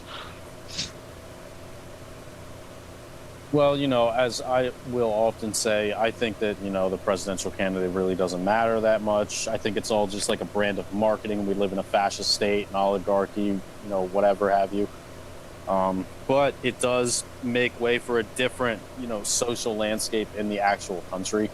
I mean, you got to think Barack Obama is a constitutional lawyer that came in, was authoritarian as fuck, promoted a major police state, and extended the 2 longest wars in American history, and was an awful fucking president.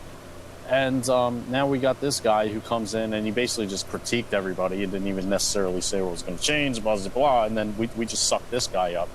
And let's not forget that the fucking Democrats had the media hoist this guy up, Trump up, because they were afraid that Hillary would lose to any other Republican. That's including fucking creepy weirdo dude, whatever his name was, the surgeon. I mean, they were afraid of all of these guys. Hillary. Yeah, he was like really pro-Christian. Yeah, and just, you know, so this was a weird fucking election, you know, because you had nothing but like the biggest front runners were like fucking doofuses, and the other ones just still didn't stand a chance because of the media bias. So it's going to be an interesting 4 years, just based off of how people respond. Yes, I agree. It'd probably be 8 years. I mean, I think you can't really. It's like 4 years. Like, see up to where we are, right? We don't have a fucking year. You're being stuck there for 4 years or 8 years, and you have to get out the door. If you're a good leader, we want you to stay as our leader. So you can stay as long as you bloody want, right? You know what I mean? So we have an issue that this fucking good hair boy ran a really good campaign this year around. Could have swore, I swear to God, this guy, our prime minister right now, I swear to God, he got voted in because he has good hair. Basically, and it was pretty funny. Like a lot of these MPs that I've been talking to in the local area, liberal MPs, and that I would always say like, "Oh, fuck it, you have nice hair. Is that a liberal thing?" He's like, "Oh, thank you," and this and that's like, holy fuck, it's turning Canada into a fucking like it. We're pussies. We're fucking line up the fucking pussies. well, I mean, it's not that hard. It's not that outrageous. I mean, look at how we voted Obama in. The dude is charming and a fucking brilliant politician. I mean, come on. And then, like, yeah, Hillary's been in the limelight for 30 years, and her staff wanted to humanize her. That was their words. That must mean she's the most inhuman acting fucking person in politics. Did you know, in 2016 alone, Obama dropped a bomb every 20 minutes? Yeah, I think we all read that. I think we all read that fake meme that got put out. I'm not sure if it's fake or not, or like I'm sure there's like a lot of research to do behind it.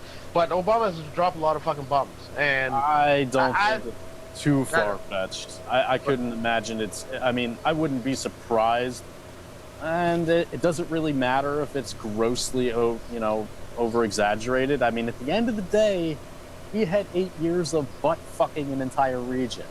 Doesn't really matter how many bombs were dropped. It does, but it doesn't. You know what I mean? Yeah, there's what they've done, and really when they say that, the John bombed every 20 minutes, I don't know if you guys ever seen fucking what carpet bombing looks like. Right, yeah. When you're running 6 planes that are just gonna go and carpet bomb the shit, they're dropping 300 fucking bombs, like, right. You know what I mean? So right there's a fucking 1,000 bombs dropped in 10 minutes. Yeah. I mean, if you're right. Quota, it's like carpet bomb. All right, we're good for a week. I'm just gonna kick it real quick, play some golf. Yeah. Yeah. So maybe from the kind of statistics, sure, but like every 20 journalists. That's too expensive. But you never know. I was looking at the budget here, the United States national deficit and budget there for the last few years, and $94.7 billion in your guys' last fucking 8 years jumped from $19 billion of a deficit to like $44.7 billion or something. I'll find the stats from there. But I looked around, like, Jesus coming Christ, up on $20 trillion and fucking yeah, you know what I just mean. past a fucking asshole. like a huge amount of regulation, like $20 billion or something, like overnight on Christmas to like industries that do not need regulated, fucking commercial driving, and just like I was reading down the list of like industries that he hit on, and I was like ripping my fucking hair out. But I do know, however, that the property owners right now are cheap. I do know that. There's you can get fucking real estate and property out there really cheap right now. And they're, you know, they're moving all over here, and all these people are getting. But fuck it, Walkaback Wall started fucking running carpet bombs over here on Calgary. I'd be trying to fucking move too. Honestly, we need to fucking get rid of Quebec. Like, you know what I mean? Just fucking say, sign a new fucking law. Every Aboriginal, here's your fucking land. You can take over Quebec. Fuck, that would solve a lot of fucking problems in Canada. Well, I've never been there. I have to point. It's like going to Amsterdam. I have to point this out that I just pulled up on the screen the spending in 2015. In 2015, we spent $598.5 billion, which was 54% of our total spending when you take in science, Social Security, transportation, food and agriculture, government, education, Medicare, veterans housing, and stuff like that. Out of this entire pie graph, we spent 54%. Of all of our spending went to military.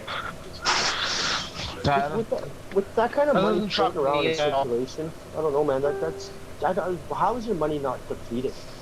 How is, you know what I mean? Like a budget deficit has ever stopped these fucking people. Like they will just put it on the fucking credit card. I love when they talk about, oh, the budget deficit. Really? You care about the budget deficit? No. Excuse me. I didn't realize you were a social justice warrior, neocon. My bad. Let me take it all in for a second. Fucking Christ. Well, what a lot of people don't understand about the deficit, though, is that there is no interest on it, and there's no time frame in which you have to pay it back. Right. It's what a birth certificate is. There is an interest. The biggest problem here in Canada, we're facing a lot, like the deficit of Ontario, a lot of loans. There's actually proof of this. They are lending the money from Wall Street instead of the Bank of Canada. So this creates like a profit for the big banks. And Canada simply can't fucking afford to be in the big deficit on top of paying in interest. This is why we can never get rid of the deficit. When Harper was in power, the oil giants said, like, we made a lot of fucking money in Canada. Alberta made a lot of money. Yeah, where I'm from, we bailed out the country several decades in a row. And still, now just like in another like year or two, we're going to become in the biggest fucking hole. There's nothing we can do about it. Like, there's fuck all. Like, I'm thinking the only thing that's going to save the country from the deficit is legalize marijuana, make fucking profit on the tax, and the pot smokers are gonna fucking save the country's ass. Speaking of that, back in shale, the North Dakota Access Pipeline was actually coming out of Canada from back in shale clay. Yeah, I have the advocates for the Dakota Pipeline that have constantly been calling me. I'm trying to set them up so that they come on the show here in the next little bit. I'm just trying to work time schedules with these guys. They reached out to me. Come on here. Someone had talked to them. I think it was Yuri. You're an idiot. I don't know if you guys know who that is. But yeah, I know Yuri. Yeah, right. So a buddy of mine, Yuri, there, he was part of that page, and he reached out to me saying, hey man, can we get this on? I was talking with some of the other people that are from that. Yeah, the Dakota Pipeline did start throughout here, Canada and stuff, with the Indians up here. I still call them Indians, you know what I mean? It's Cowboys and Indians, what I grew up on. Oh well, you don't like it, I don't care. Half the native people, I don't let they say the Aboriginals. Yeah, when I think Aboriginal, yeah, I think he's trying to hide his not giving a fuck. But yeah, trying very hard to hide that. Yeah. And so as far as that goes, right, so they reached out to me, so I'm hoping to get some of those advocates on the show here in the next little bit, to see, you know, about that kind of stuff and what's going on in the progress there. It's kind of died out in the media a bit here, that North Dakota Pipeline and stuff. I'm not sure what's going on. Like, for Canada's economy, the Keystone is very, very bad for Canada's economy.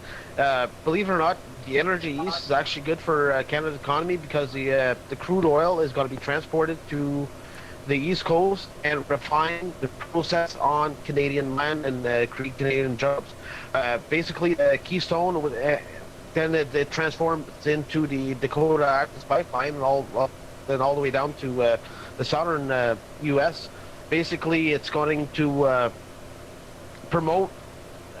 It's going to get. We're giving all our raw material basically to U.S. and they're going to process it.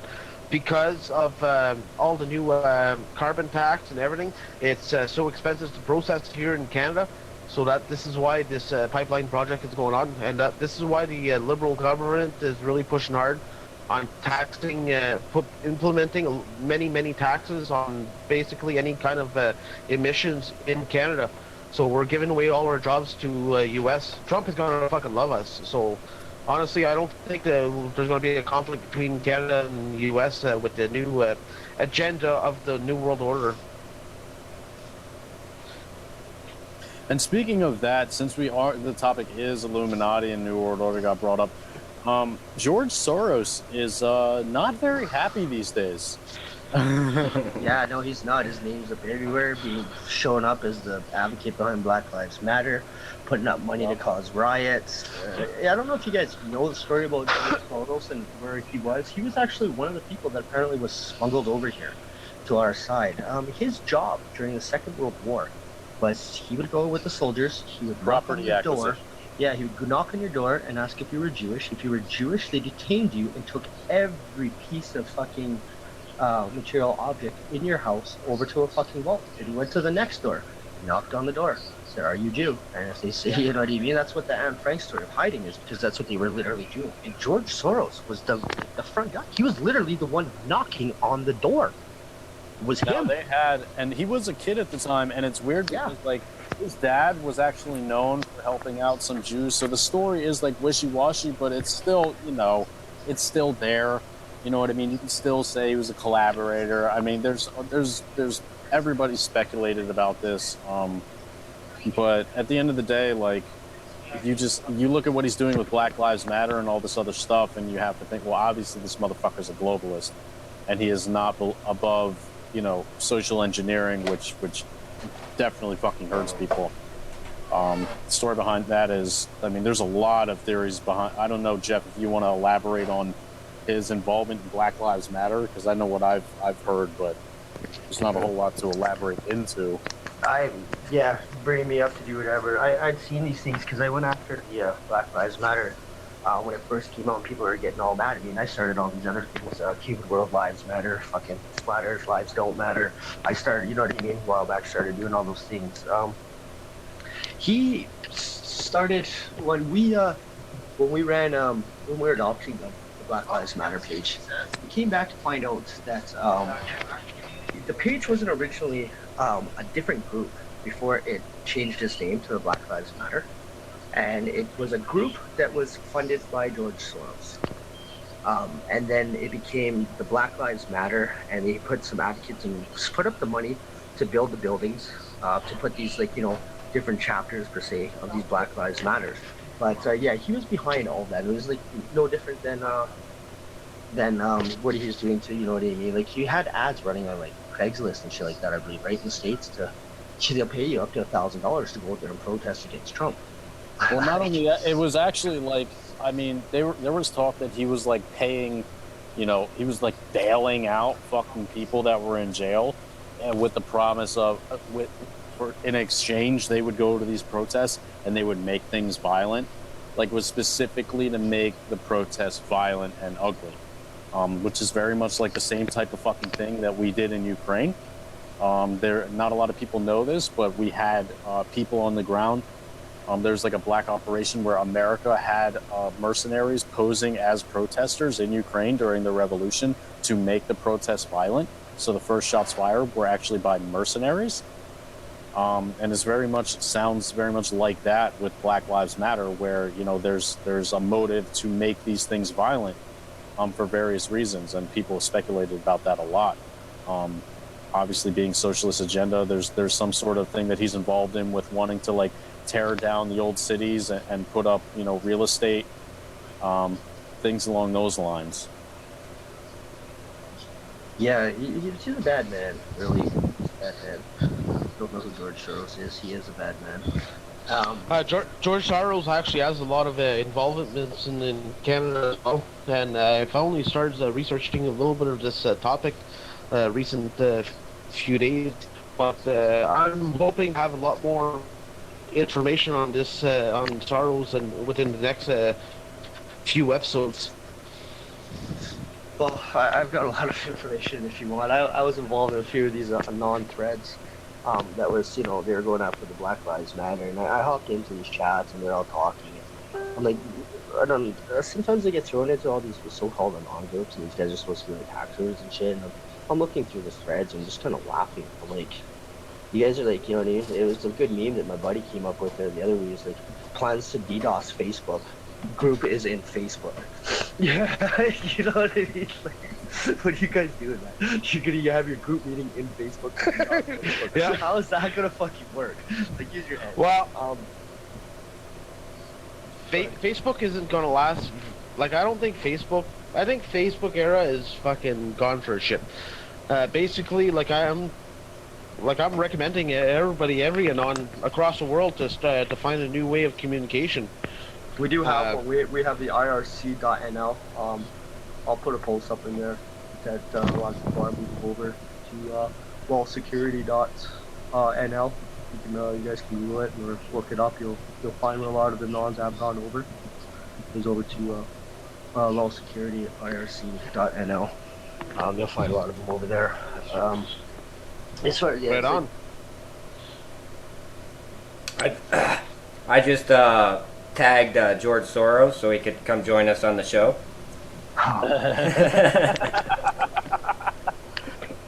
Did you really? George Soros doesn't. Censor, ban hammer, send it. George Soros.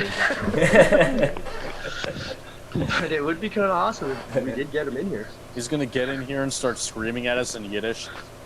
Black Lives Matter, fucking tango down, fucking all lives matter, for fuck's sakes. No lives matter. Have you seen the groups?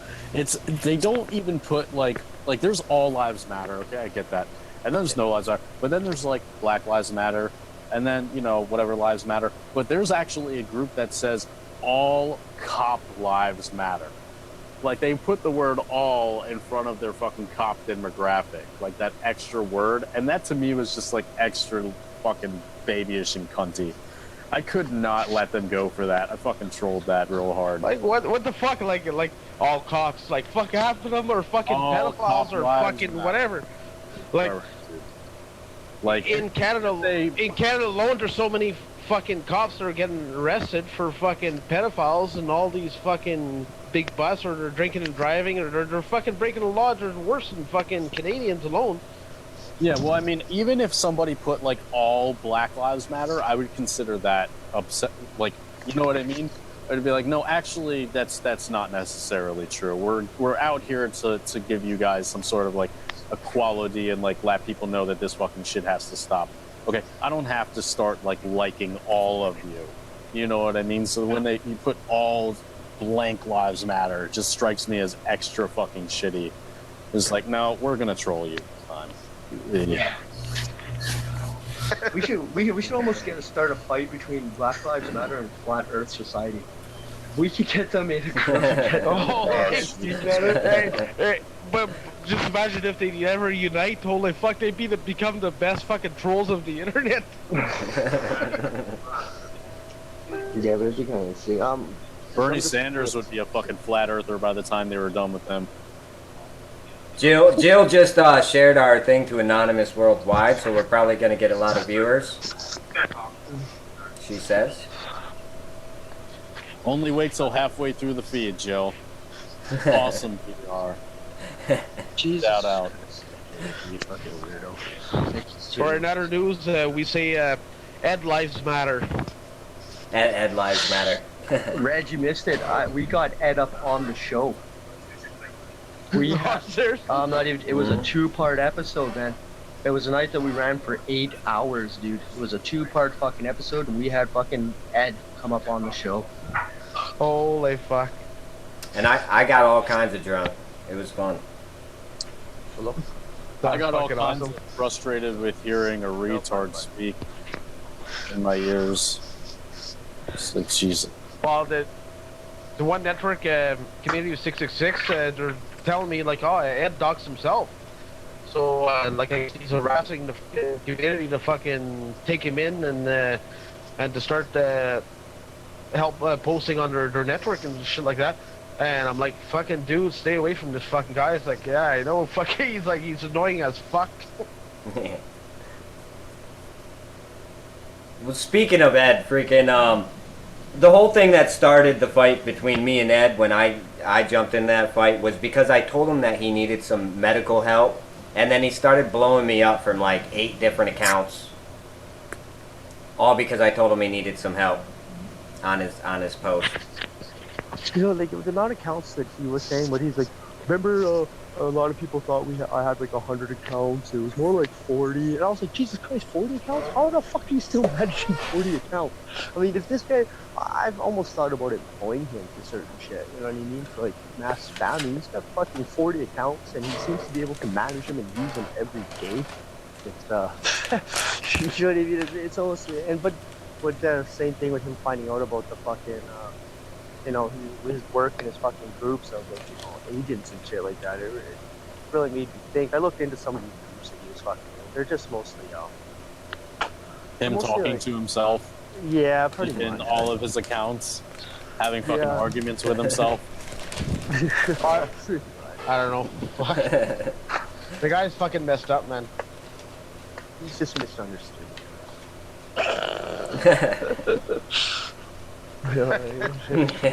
That's what it is. To be nice. Uh-oh. Ed. But Now that we mentioned Ed, Jill's jumping in here. Is it her day to be Ed, or? I can't remember whose schedule it is, man. I am here. No more Ed. Welcome, Jill. I can't remember whose day it is. Fucking Ed. You gotta be honest. I'm at on Sundays. Sundays. Well, Jill, if you would like to introduce yourself for the viewers.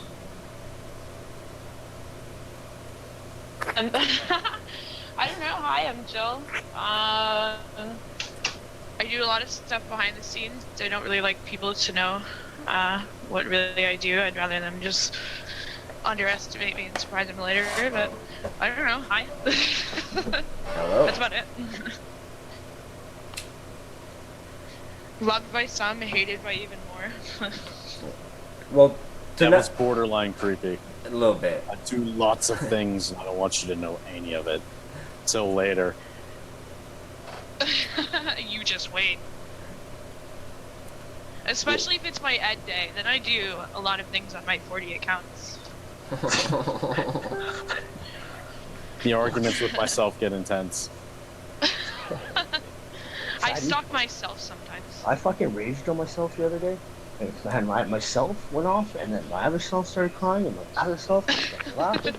And then my other one had to calm us all down? Yeah. And then I started the show. And I literally do that stuff. Yeah, we know, Daniel. That's why you're the host. We're hoping to see it. Put the dog. Sit down. You don't need to be... Dude, where's Chet? Why is he not yelling about George Soros and stuff? What's going on? That's a good question. Probably got some IRL stuff he's dealing with today, maybe, or something. Chet doesn't have an IRL. Not if I don't let him. I'm not too sure where he's at. But, you know, as much as it is, not everybody can be here every night. It's understandable. I can. I can do it all day and all night. I can be alive while not work. But the dog, come here. This will be a subject to touch on again once he's here, though, because he has a lot to bring to the table on this. No, that's exactly why I expected him here. He's always, like, ranting my ears off about the Illuminati and, like, the Knights Templar and stuff. I messaged him a while ago. He didn't get back to me, so I don't know. They got him. Yeah, normally fucking lizards. Lizard squad is nothing to them. The reptilian shapeshifters from Nibiru. Yeah, I know. The fucking dinosaurs being fake and all that. Goddamn shame. Stacking eyelids on Justin Anyways, Bieber. so I haven't. I'm waiting for my beer. Oh my god, those videos are so bad. The ones on YouTube. Which ones? The reptilian agendas? The ones that show Justin Bieber and like Miley Cyrus's second pair of eyelids. Yeah, the ones that are like proof of reptilians, and they're all like pixelated and stuff. Nicki Minaj was one of the ones that I seen the other day. Was the reptile. I was like, damn, I know the bitch is like scaly and shit, but no, an actual reptile? I mean, with an ass like that, she does have like 2 ion cannons hiding in there somewhere. Plastic tits, plastic face, plastic butt. Spanks herself, and you just see a fucking arsenal come out and wrap around her arms. Yeah. Gentlemen, you're a girl, you're the only girl up in this trade, and I appreciate you always coming out with me. That's just, you're always fun to be around as far as I'm concerned. I'm just got some questions. What goes through these women's minds that they really feel they need to try to make themselves look like a Barbie doll? Like, I don't get it. Like, what's with, like, you know, is it like a self-esteem issue maybe, or daddy problems? Yeah, or something. I call it the peacock complex. Okay. It's gonna be Well, for real. Freddie, run the disclaimer, Freddie. You have to understand the amount of pressure that women are under, right? Like, especially in the digital age where it's like grass is always greener. So, like, every time you think that you're pretty, like, guys just go on the internet and look at girls with like huge tits. You know, it's just, I don't know, it's definitely a self-confidence thing, a media problem, but you have to also look at the industry she's in. Like, if you ever look at old pictures of Nicki Minaj, she has a totally flat ass, you know, so I'm sure she had a lot of pressure just from the industry. Maybe, that's a good point. I don't know, I just didn't get it, right? Like, myself personally, I'm not a fan of big fucking plastic tits. I think it's kind of gross. I'd rather have the fucking natural ones that I roll over in the morning and it's in her armpit. You know what I mean? As opposed to, like, not moving, right? So, that's just myself personally, right? Yeah, but that makes you the minority. You have to understand, like, look at all the nudes that we all pass around all day, right? What's the first thing we do about these nudes? We make fun of them. Like, they're like, oh, beef curtains. You know, we, like, pick out all these things that are wrong as compared to, like, porn stars. So, yeah, of course it's going to wear down on girls. On their mental psyche, and then that's what you're thinking that it is? Yeah, I think so. I mean, look at things like labiaplasty, like the whole beef curtains thing, like ham wallet, all that. Like, labiaplasty has skyrocketed. Yeah. Jesus Christ, that's a new one. Well, it's not just that we heard of that? No. we are animals, and we tend to forget this. That's why I call it the peacock complex, because actually in the peacock world, the male has to be the prettier one and have the pretty to get the mate. In you know, our culture, the women have to be the pretty ones. That's why they wear makeup and all that stuff. You know, we don't wear makeup. You have to ask yourself, well, why do women do that? Why do they wear makeup? It's the peacock complex. They have to look pretty, and then they compliment each other on their prettiness and stuff like that. And guys tend to judge them on their appearance. And you know, sometimes when we're talking about love, you know, love in, you know, our culture tends to be sex driven. It's not really emotional driven and stuff like that. It has to be, you know, when a guy says that they really like a girl or something like that, you know, you hear him say that you're beautiful. I like you because you're beautiful. Well, do you like anything about them? You know, how they talk, their intelligence. I was talking to Danny about this earlier. I don't date good-looking women. So, you know, she will go, do you think I'm beautiful? I'm like, nope. Oh, you're awesome. I'm like, well, I don't have to go worry about other guys hitting on us. Just be happy. You know what I mean? I'm actually want to be with you. You can put the bag back on now, my dear. And, The real reason he's never shown his face on the podcast. Yeah, well, I'm like Ugly Bob from South Park. You ever watch that show? Ugly Bob? The Canadian that has to wear the paper bag over his head because he's so goddamn ugly. Let you guys follow South Park and all, but there's an ugly. My face was actually just shown a minute and a half ago, and I didn't realize it was on camera. So you know, some people might have got a glimpse of the man behind. You're done fucked up. Yeah. Your dating life is over. That's what I'm worried about. Now it's There's gonna be more screenshots out there than Daniel's dick pic. Jeff Bieber, fucking reveal yourself. That's the issue, right? I can't show my face, so I'm trying to avoid these things. Yeah. I see, yeah, that's made it around the internet quite a bit, eh? Jeff Bieber, my fucking homie. My homie Steve there. That's fucking love it. Yeah. Shout out to my man. I tried to kick. I tried to fucking change it around and attack your buddy Steve with the One Direction, but yeah, it didn't fucking go very well. I don't know. It just, that's UK anonymous. That's UK Losey. You're not gonna be able to troll them. Yeah. That's Pirate Squad, man. You ain't gonna be able to troll them. Fuck. But yeah, no, we have a good thing going on, and actually, what it stemmed from is he was doing this. He kept doing these things because I was bugging him. I was bugging him and George. That's where they got the names Ugly Twin from. And you know what I mean? I started posting pictures like the two old guys. I posted it a couple hours ago. The two old guys from the Muppet Show. I said, here, oh my God, here's an old picture of fucking Steve Keen and George Lennox. Right? So, you know what I mean? I took on him like that and shit too, right? But it started going, and Steve was bugging me, calling me Jeff Beaver, the feels and shit. And I sent him a message one day. I'm like, man, I don't care that you're doing this, but can you just stop doing it every 10 minutes? Worst thing I could have ever fucking done. He's like, oh yeah, not a problem, bro, not a problem. Boom! All day, all night, like his whole mission for like a month was just to keep posting Jeff Bieber shit. You know what I mean? I was just like, you fucking asshole. That's what I get, right? And then he turns around and he's like, well, maybe you shouldn't have told me to stop. You should know better. You don't fucking tell internet people to stop doing this. It's going to make it worse. I was just like, yeah. But it's all good jokes, right? It's fun times I have with these people and stuff, right? It's just buddies of mine. Hey, I'll be right back. Sure. Where the hell's my beer? Danny, I didn't make it, man. I had to order beer. Fuck, I didn't even ever fucking drink. Shit, you should have ordered me some. Break that down.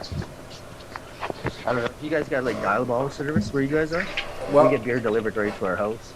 Well, where the fuck's Soros when you need him? Yep. He could be funding this whole campaign. Well, get him on here, man. I got some business propositions for him. Like, hey, man, everybody makes mistakes in the past. We understand that, bro. But here's a chance to redeem yourself. Here's the principal review oven. Yeah, I do have to say, Gio's back on the show. Welcome, Gio. If you'd like to introduce yourself, kind sir. I'm Gio. I'm just here just hanging out with you guys, and I have to be quiet. My kids are sleeping.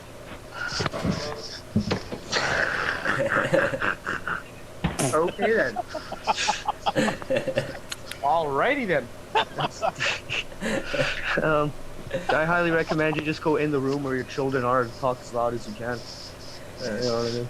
I'm pretty sure your kids have driven you up the wall many times at night when you're trying to sleep. Well, time to get even.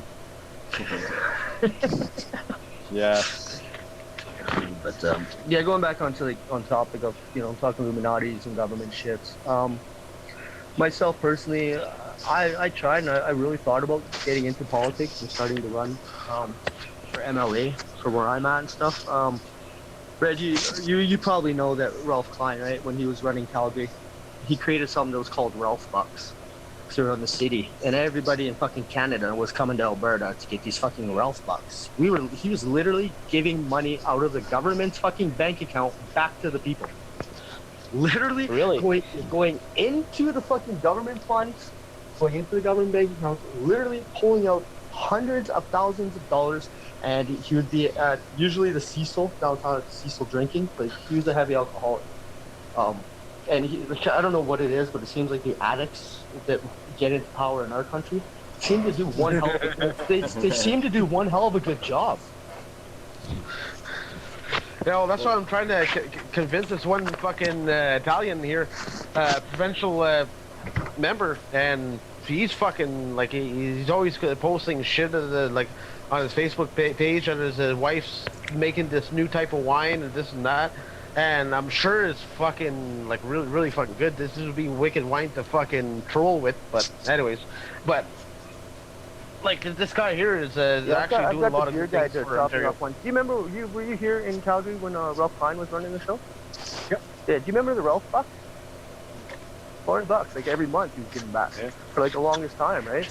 Yeah, we were just talking. Like I run a live talk show that's on. We were talking about government and politics and stuff. No, but we were just talking about how it's really odd that all the people that come into power in Canada that do something good all seem to be addicts.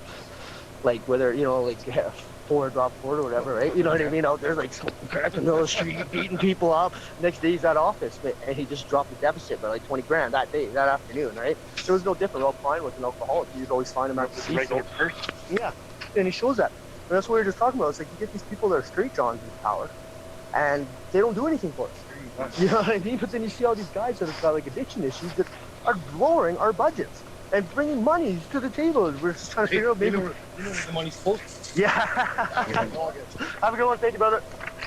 In Canada, I've noticed that a lot of good politicians are part of the Freemasonry. When we talk about the Freemasons, it's a touchy subject. That's no fucking doubts about that.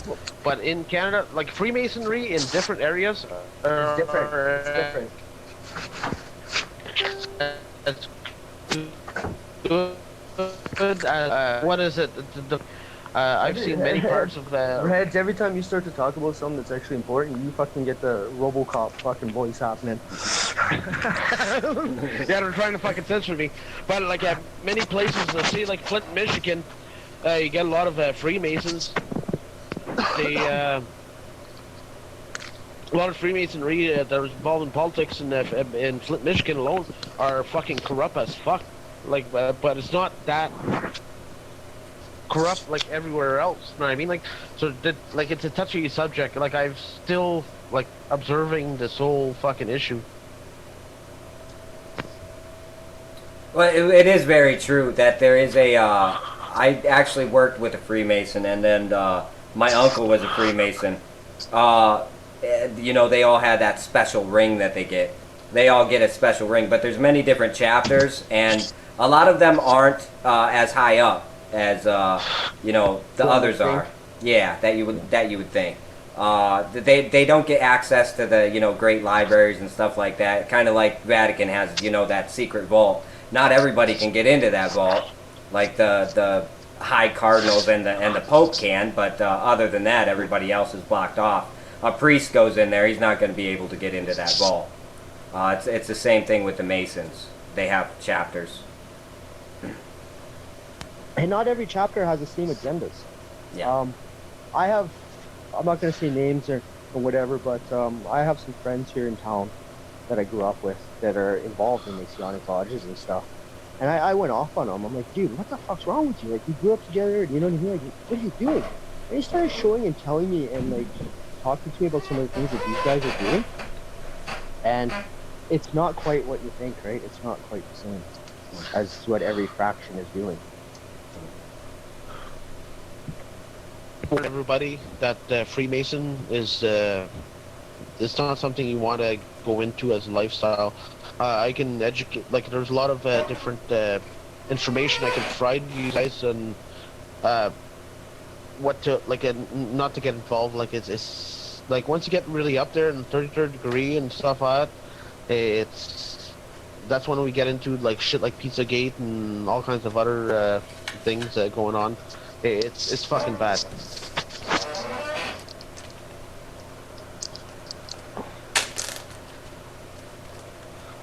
Gio, beat your fucking kids, buddy. Beat those fucking kids, Gio. Yeah, I've definitely heard two sides to the Mason story. It tends to either be, just like a gentleman's club, or there's definitely some weirdo shit going on. Now, obviously, the higher up you go, the more you're going to have access to the weirdo shit. But I've definitely heard of, higher ranking Masons who just say, it's just a fucking thing that we, you know what I mean? It's not, now, would they tell me? No, but I've confidence that there's at least, it's not like an organization-wide thing that they're all involved in Pizzagate type scandals and such, but there's definitely, there's definitely a topical type of membership where if you wanted to get away with something, that would be the type of place to do it at, you know what I mean? I think it has less to do necessarily with the Masons and much more to do with like, hey, this is a club where people have to be fucking really dedicated in order to stick around. You know what I mean? Sorry on to and on and interrupt on and off you go. Gio, Jeff, if you're vaping or smoking or your thing or whatever, and you got kids in the background, do you mind muting your mic, please, my friend? The background distortion kind of cuts over people talking. It gets kind of annoying. So yeah, we brought that up. If you got a cough or you got something going on in the background, please respect the other people's ears and the viewers that are trying to hear and listen, just to maybe, you know what I mean, have some consideration and mute the mic just so we don't have to repeat and do those kind of things. I appreciate that. Thanks, man. Go ahead, Oscar. Sorry, bro. But go ahead, Oscar, as you were saying. No, I mean that's because when you think about it, like, you know, we have all this fear mongering that goes on with these secret societies when we talk about who they worship. You know, we have a lot of, like, you know, Aleister Crowley, of course, is like a crazy character in magic, and we have this, you know, masonry and all this other fuckery that goes along. But I think a lot of that stuff is, you know, fear mongering. A lot of that stuff is kind of like to deter shallow people. And kind of weed people out. And then, you know, when you think about the structure of a lot of these things, you know, you have to work your ass off to stay in these organizations. And then once you do, you know, you'll kind of get this, you get this exclusive status in your town or your society, whatever have you. And then if you find yourself in a position where you've dedicated years to being involved with this group, and then, you know, you find out that there's a scandal going on, you know, and you've dedicated years of your life to this sort of thing, if it's not like really, really fucking bad, you know, there's a much higher chance that you're gonna, you know, let it ride. You know, if there's some sort of money laundering going on, if there's drug dealing going on, things like that, you know, people that usually wouldn't find themselves in that situation will let it ride. And I'm sure the same thing goes with like fucking pedophilia to a certain extent. Now, me, that's exactly when I would, you know, drop the hammer and be like, fuck all this shit. But you don't see me running around and trying to join the Masons either. So, you know, it's just one of those weird things where it's like, you know, it's a decent setup, you know, if you want to weed out people that you're going to kind of trap into this situation, and the next thing you know, you're fucking little boys.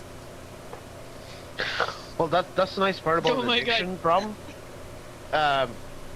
When there's a lot, so sorry, Jillian. No, I was just laughing. when there's a lot of addiction problems like alcohol and everything else in masonry, they seem to like not keep their fucking mouth shut.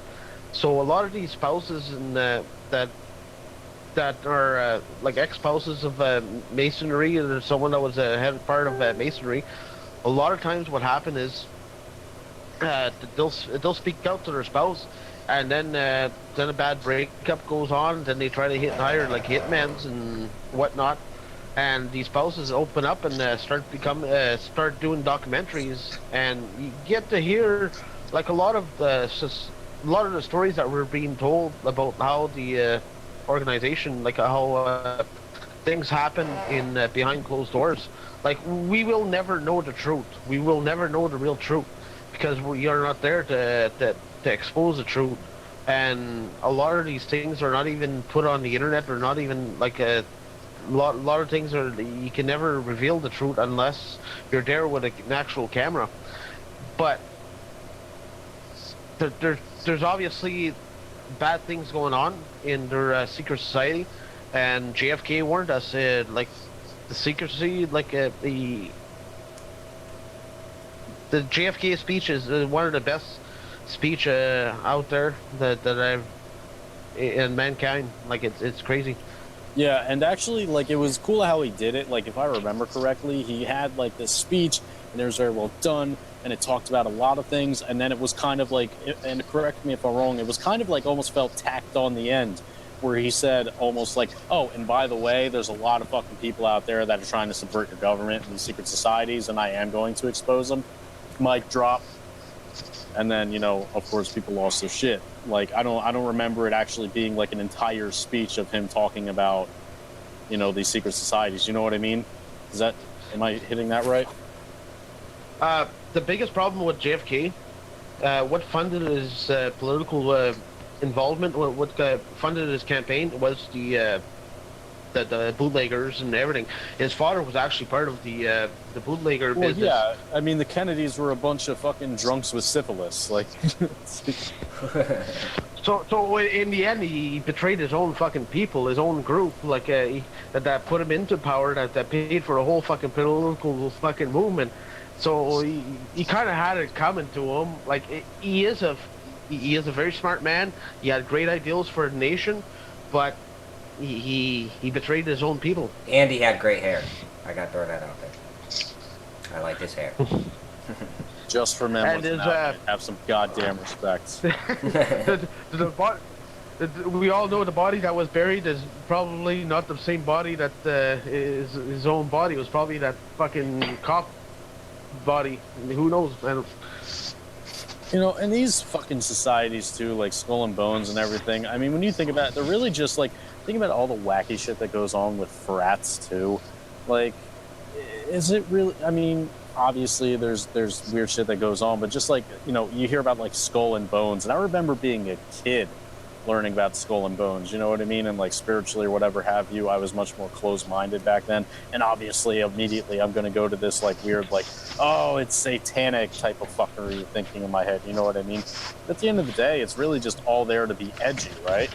So I don't see any difference between, you know, just kind of like fame bagging and having these really grotesque kind of names and rituals and things like that.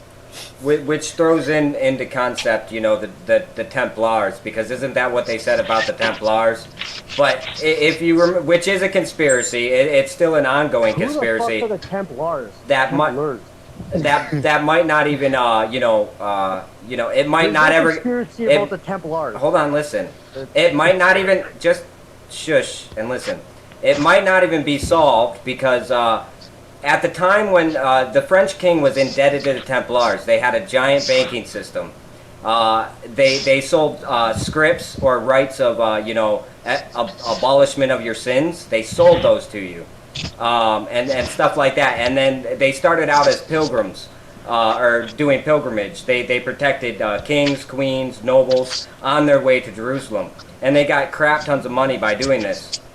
The French king kept borrowing money from the Templars, or Templars, whatever you want to call them, kept borrowing money, and he was indebted. He was an avid alcoholic, and he kept waging war. As soon as the French Pope came in, that's when you heard that they were excommunicated for doing satanic things. They were hung from the Jerusalem walls and exiled. And then right after that French Pope got out of power, then they were absolved of all those of that excommunication. It is a giant conspiracy, in a way, and nobody knows where their money went. Oh, no one ever knows where the money went. Hey, where's our $12 trillion? I don't know. Okay, case dismissed. Just fucking bomb the Pentagon. It's the fucking easiest answer. But yeah, no one ever knows where the money goes. God forbid that motherfucker. That was the nice part about Bush. It was pretty easy to know when he was fucking bullshitting, and that's the nice thing that we're looking forward to towards Trump. I think it's going to be pretty easy to. He's fucking he talks too much, so it's gonna be easy to Obama was hard to reveal. It's gonna be great. It's gonna be great. We're gonna torture some folks. And, in the end, they're all puppets working for the Bill Burr's group, and that's the same thing as our Canadian politicians and everything. That they all have one single agenda, and it's whoever best puppet at the fucking time, basically. Yeah, I mean, like I said, I just kind of think of it as a brand of marketing, you know. And if you do enough research, you'll find the amount of power that a president actually has is grotesquely low for how much fucking hype they get. You know what I mean? So, and sorry. No, go ahead. In Canada alone, Prime Minister Trudeau Sr. was actually pretty good. He gave us Section 2 of the Charter of Rights, and it gives us a lot of fucking rights in Canada. But the problem is that the biggest problem is Harper tried to get rid of all that with the Bill C-51, and why the fuck does Trudeau support Bill C-51? It's the Canadian Charter of Rights and Freedom is a bill that his own father wrote, for Canada, and now he's trying to get rid of it. Like, what the fuck is his fucking problem? Yeah, weird. It's just always follow the money. That's the only consistency in all of these conspiracies and all that shit is you always have to follow the money. It's just like with I mean, look at 9/11. If we had never followed the money, I mean, CNN had like all these major news groups had this like paper trail, the money trail behind 9/11, and it was kind of like, oh, would you look at that? You leave a $40 million a year salary to go for the vice presidency, which you have no legitimacy to. You win the vice presidency, and then your ex-company pays you the whole year's worth of salary, and then your company goes along in the Iraq war to earn $40 billion after 9/11. Huh. That might be a little suspicious, right? But the thing was, it was like still fucking 15, 16 years later, people don't even, we still have to come out and say this shit sometimes. You know what I mean? It's amazing to me that has not yet been established amongst the mainstream as like the bottom line, follow the money every time there's something fishy going on. Well, I personally think that the Panama leaks was a crucial information for Canadians, and I think that the more information about the whole leaks and about the Panama leaks should be exposed, and we should look into this because our past government, Stephen Harper was his name was mentioned in the Panama leaks, and it would be good for such evidence to get him prosecuted, and because politicians should be held accountable and go into fucking jail, fucking corruption. And that's the biggest problem in Canada that we face right now. Politicians are walking away from fucking scandals. It's like, oh, Mike Duffy, oh yeah, that's like, yeah, just let him fucking go. Yeah, Harper did a lot worse fucking things than just a fucking little some expenses conflicts or whatever the fucking thing it was. It's like, and it is like really weird to talk about like politicians who need to get indicted for money issues. Like, you can watch videos that go on like on the Senate floor, or not even the Senate floor, but like Supreme Court, whatever it is, where these judges are yelling at people, just like calling for fucking indictments. Like, I just watched a video where this guy's like, you know what, I don't want to see disciplinary action. I don't want to see, cuts in the budget. I want to see indictment. You know what I mean? He's like talking about the report, and he's like, I wrote 25 times on this report. What is the penalty for this? He's like, you know what? I want you in jail. I do not want to talk about this anymore. And of course, nobody got in trouble, but it's like, it's not like, people just no one's talking about it in the system. You know what I mean? Let me throw out this concept real quick. When you guys are, on the highway, and that a police officer isn't, anywhere around, and for sure, and the road's empty, do you get the feeling of going as fast as you can, with the wind blowing through your hair, if you had hair, Oscar? But do you get that? Do you get that feeling? You know what I mean? Without accountability, our government isn't that much different. People without accountability and know that they're not going to get caught for things, they're going to do it. You know exactly. What I mean? That's an example I would like people to engage in, nation-wise and even international-wise. Basically, look at the Clinton email scandals when she fucking deleted her whole fucking server. Like, she was never held accountable for that. Like, what the fuck? Well, now we know that there's a lot more people that need to be held accountable for that than just her, right? There's just leaks that came out talking about who instructed her to delete the emails and Russia. But that aside, I mean, yeah, and I mean, obviously, it's just going back to this same old shit. Corrupt power corrupts absolutely. Absolute power corrupts. Yeah, right. And that's a thing, like, if you want to bring up the big baby driving around cops here type of thing, it's like, look at YouTube videos of a guy on a fucking super bike. I mean, these guys put GoPro cameras on their helmets and slow down to wave at the cop, and then you see them zoom up through lines and lines of traffic and disappear, and then they put it on YouTube. Yeah, I posted that video a few times with the guy on the motorcycle's like telling the cops, "Come on, come, I'll pull over here." Yeah, come, he's and waving, goes, and he's like, "Spin!" He takes turns off. around and he just turns at the cops, and you just see him go, Bye.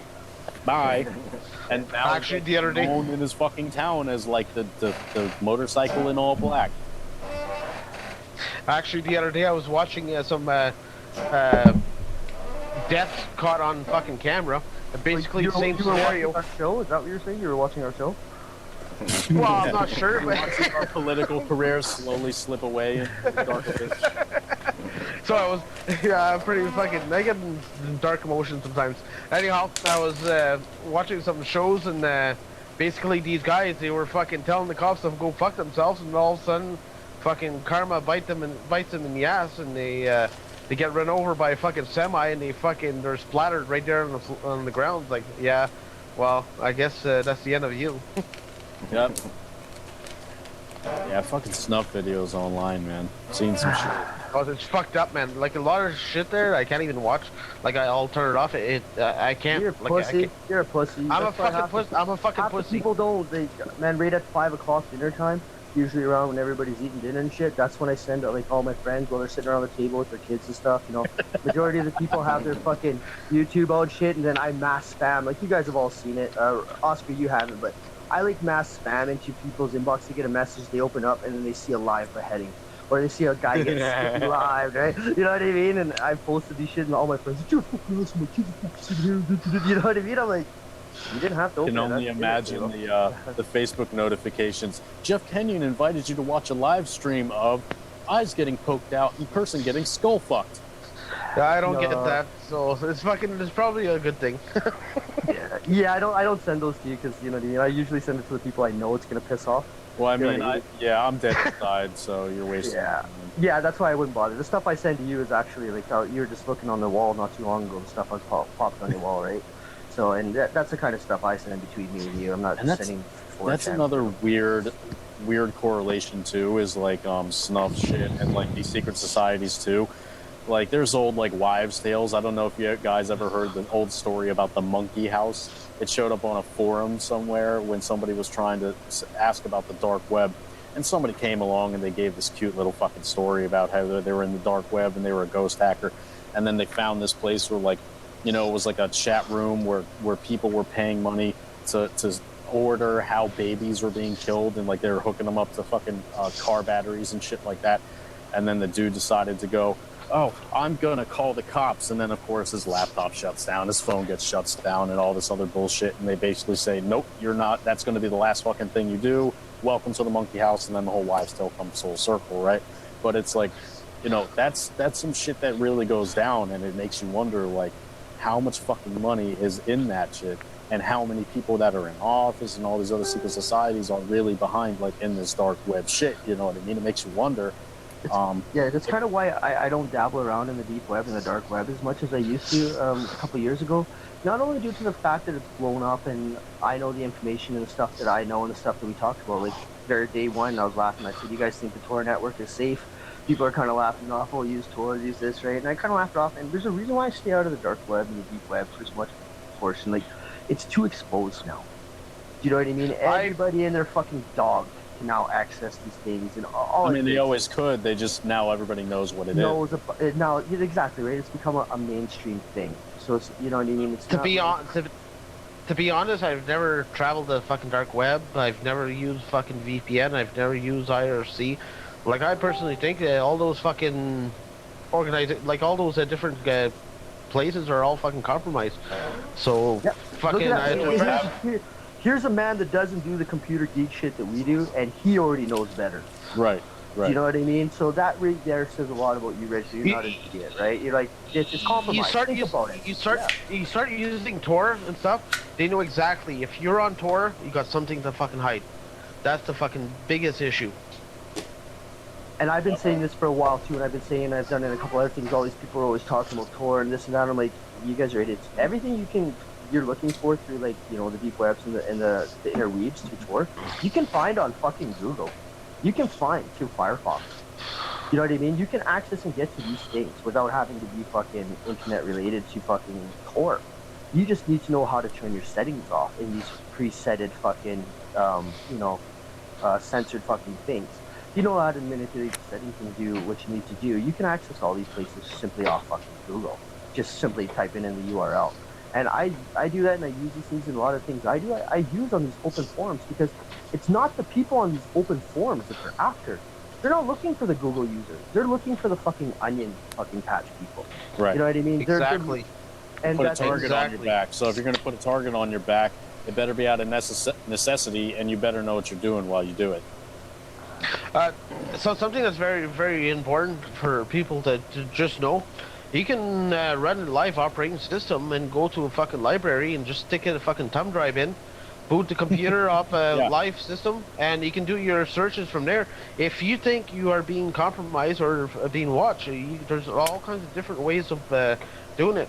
And as well as, honestly, I think the biggest threat to society these days is fucking junk that they sell you from Walmart that comes from fucking China. A lot of these tablets and handheld device are fucking loaded up with fucking spam.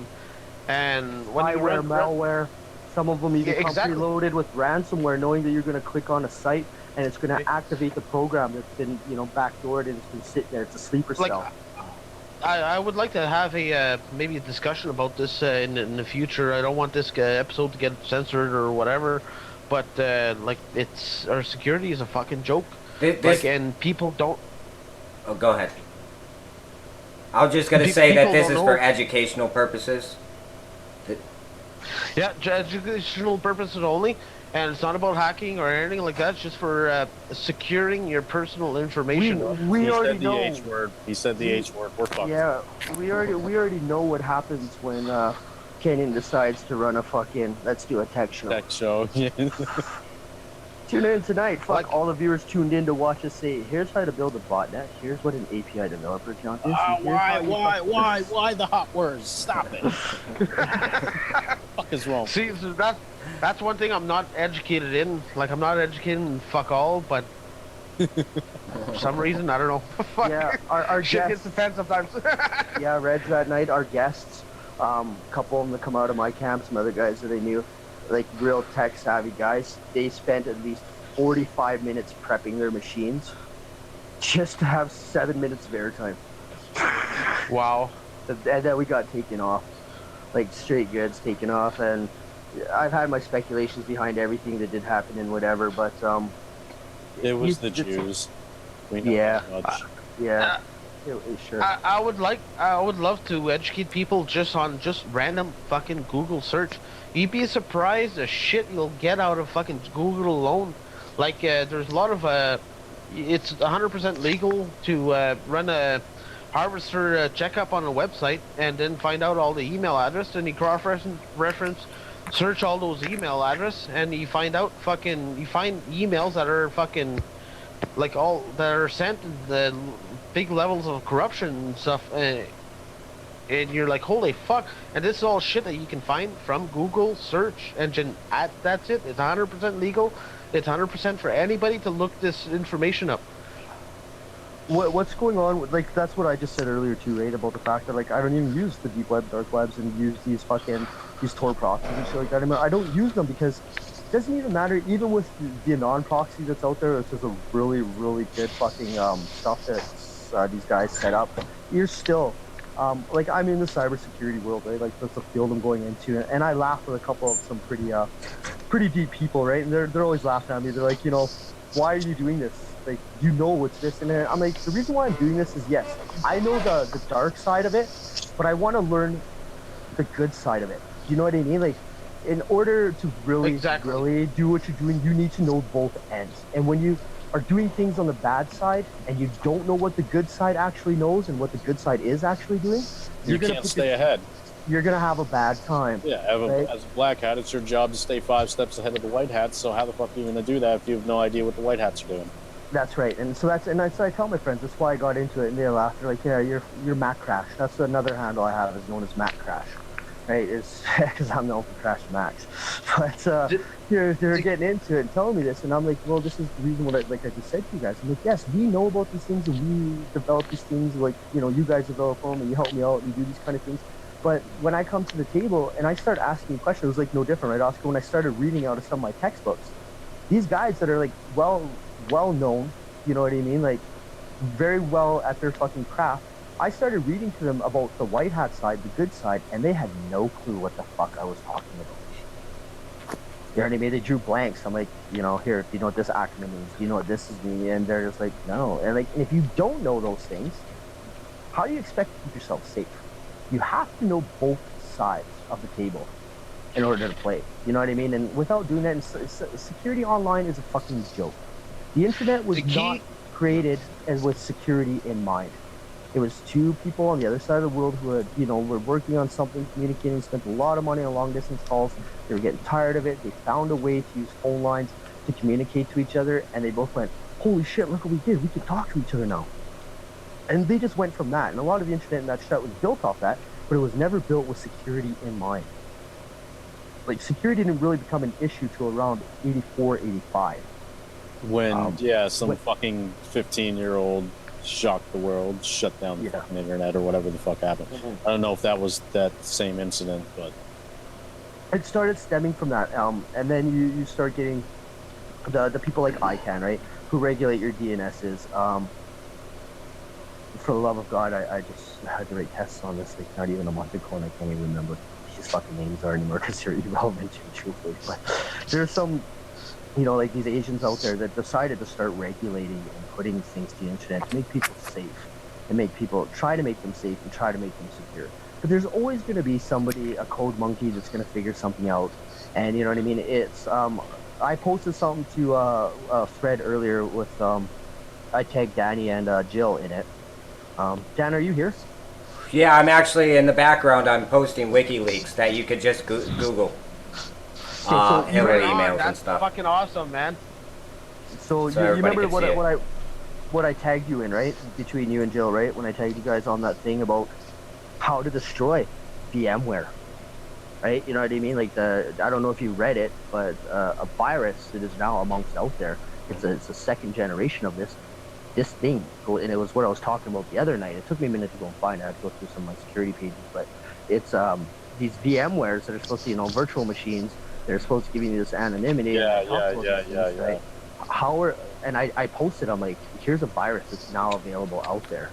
You know what I mean? And this is eating it eats through your fucking proxies, it eats through your fucking VPNs, it eats through everything, and it starts eating it. It will destroy your virtual fucking, Yeah. Did you see that post that I posted up? I don't know. I seen it. Yeah. Right, and that's what we were talking about the other night. And I was trying to explain to you guys like what it was, the system and what it was called that is doing this. So it took me like less than 24 hours to find it, but and that's what it is. There's no security. There's security, but there isn't security. Anybody that knows how cookies and cache work, anybody that knows binary, cryptography, ciphers. You're going to be able to eventually, and there's tools out there nowadays that you just fucking press, you put in the parameters, you press enter, and you come back 2 days later, 3 days later, a month later. You know what I mean? Doing these things, and you're going to eat through it. You're going to find the cracks. You're going to find the codes. You know what I mean? And you're going to be able to get in. Now, that's directly looking for something, and that's, you know what I mean? Highly illegal. That's one of the hugest cyber crimes, and cyber crimes and cyber laws around the world vary, but there is a few that every country in the world has in place, installed, and those are the one thing that when you do really get a code monkey who knows what he's doing, or you know what I mean, a penetrator that actually knows what he's doing, then yes, you could be in extreme danger. You can be, right? But at the same time, these things are elite things, and it's only if you're really doing something wrong. Like another handle I have is known as Buck Naked. And there's a reason why is I leave it open. Everything is open. I've done deep web searches. I've been deep RLLs, and like your system's open and I'm like, yeah, there's a reason why, bro. I have nothing to hide. You want to get into my system? Potentially, my network provider is going to find a threat, an unwelcome threat within my home network, and there's going to be those people that take care of it. And the other reason why is I want to see you. I want to see your footprints in my machine. I want to see what you're able to do. You know what I mean? You're like, what are you gonna do? Steal some of my memes? Like, I'm not an idiot, right? Exactly. I don't. My mobile devices are the only things that I use social media for. I have other terminals that I strictly use for banking. I have other terminals that I use for like the YouTubes and stuff like that, right? You know what I mean? But not one of my machines are synced or linked together. Not one of them are. None of them are all on at the same time. You know what I mean? So even if there is somebody out there and, you know, Bruton getting into it and like, yeah, we're watching you watch fucking porn, I'm like, whatever, right? No, it's like, this guy watches a lot of fucking midget porn, but he doesn't do any banking. What the fuck is wrong with this guy? I wonder if he's one of the actors, like, reviewing his work. I have to throw out this real quick. Thank you, everybody who's watching. Somebody brought up that they're having technical problems on a page that I shared this to. If you're having technical problems, it's because we are streaming at 720p. I recommend watching this on a laptop or, you know, your desktop and stuff like that. Something that can handle the resolution. If not, you're going to have a buffer. And also, you know, you need a decent internet connection, of course, if you're having problems. Anyways, go ahead, guys. We're all capitalist scum, and there might be issues with people having these things as well, Danny, because you're not refreshing and you're not deleting. You're running straight, right? So yeah, everything is accumulating off you, and your RAM's gonna start to, you know what I mean, building and losing, and which will actually slow down and doing the things that we're doing. So, like I said earlier, I was having a hard time sharing and stuff too. You know what I mean? I've been working on some things, guys, that it's going to help us out. I'm not going to divulge it online where everybody can hear it. We'll talk in our groups. But I got some things going on that's going to be able to fucking stop this, and we will be able to do it in fucking 1080p pretty soon, within a month. Within a month, we'll be able to launch this at 1080p, which means that anybody with anything can log in at it. Well, the problem is that running it at 1080p isn't possible yet on Facebook. When Facebook allows us to run 1080p, right now I had to downscale it. If I tried to run it at 1080p, I wouldn't be able to stream at all. That's the downside of Alienware. So you can do it with a fucking Mac. Well, I would still have to downscale. I could, you know, try to run it, but it goes off the stream 1080p. It's what each site allows you to run it at. You know, YouTube I could probably run at 1080p. I know Twitch I can run at 1080p with a higher buffer as well. There's a lot of math that goes into it. It's not just, you know, just start OBS. Yeah, it's Common Core. A lot of people won't understand it. It is fucking quantum computing to figure out what we can stream and what we cannot stream. But at the end of the day, the equation equals shitty computer equals shitty computer. And I suffer very much from that equation. I just thought of a funny. It's not Common Core. It's Quad Core math that we're dealing with. Yes. Yep. We're gonna need 4 pieces of advanced paper yet. for this fucking basic addition problem, boys and girls. Yes. Well, technically, if you have to have a minimal of a 6 megabyte per second upload. If you don't have that, then you can't stream. If you do, you have to downsize everything and use a lot more of your CPU. We are just disclosing everything, aren't we? Hey fans, by the way, I'm on an Asus. Let me look real quick. I'm using an Asus 5128. It is dual core. It does come with 128 gigabytes of RAM. It's really obsolete and kind of outdated by all means if you want to get into it and check around my system. It is open right now. I have been running an open line. If you're looking for my IP address, it's 127.0.0.1 trademark. All your fucking house belongs to me.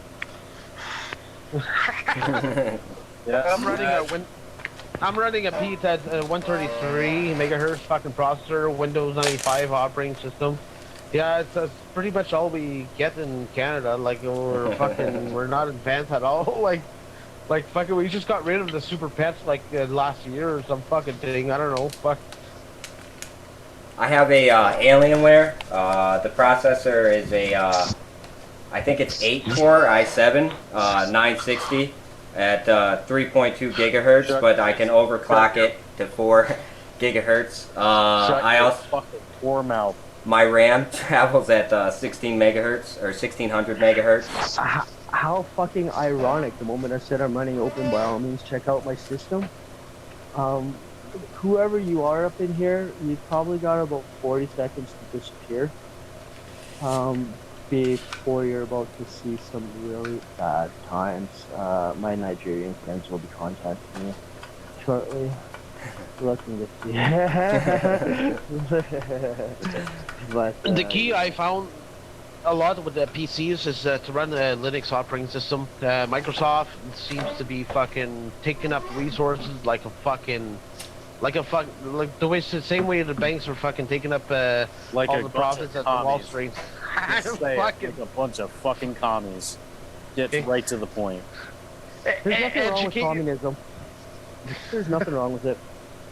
And you guys are going to see what happens when the new web owner, Big Baby, president of the internet, voted by the people for the people, starts to eradicate a lot of you motherfuckers. I'm going to show you how communism works. I was going to clarify that for people. I'm an anarchist. I'm an anarchist, and I'm not fucking. I don't believe in any fucking goddamn fucking establishment ever. So fuck you.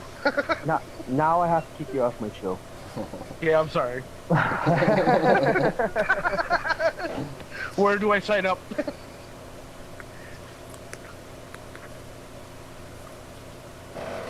Yes, so Nick just got fucking silence.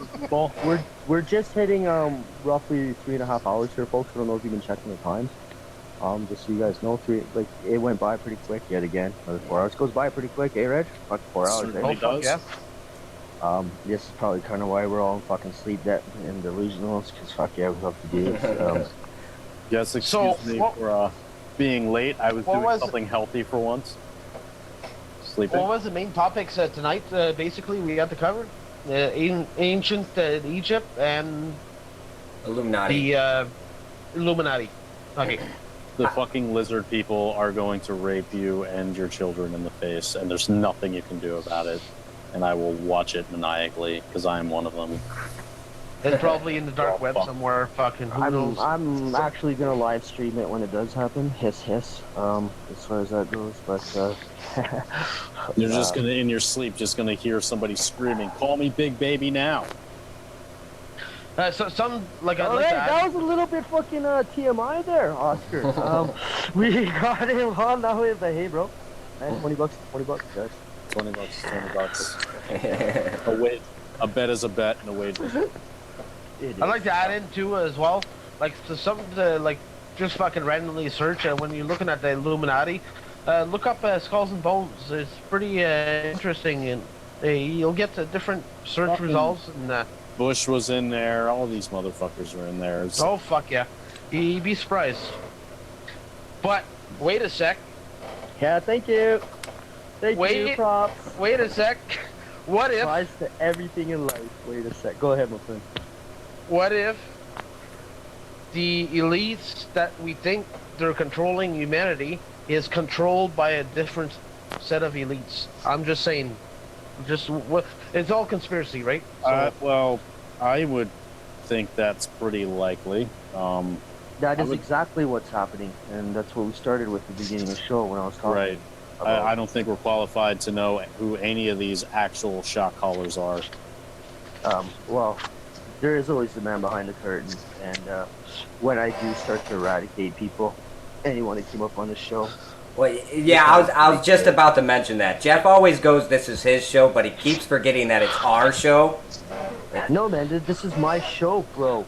It's my show, bro. It's Jill's show, bro. It's Oscar's show, bro. It's our It's show. fucking Reg's show, bro. Yeah. Our show. That's why I said our show. Yeah, Danny is right. Oh, look at Danny- me. I'm going to fame. yeah, it's Jillian's show. I don't care. I got my vote on Jillian's show. I don't care.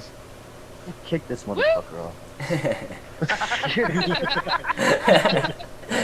No, Danny is right. When I am saying my show, Waitasec does get up in there, but this would not be possible. This would not be happening if it was not for my main man, Danny.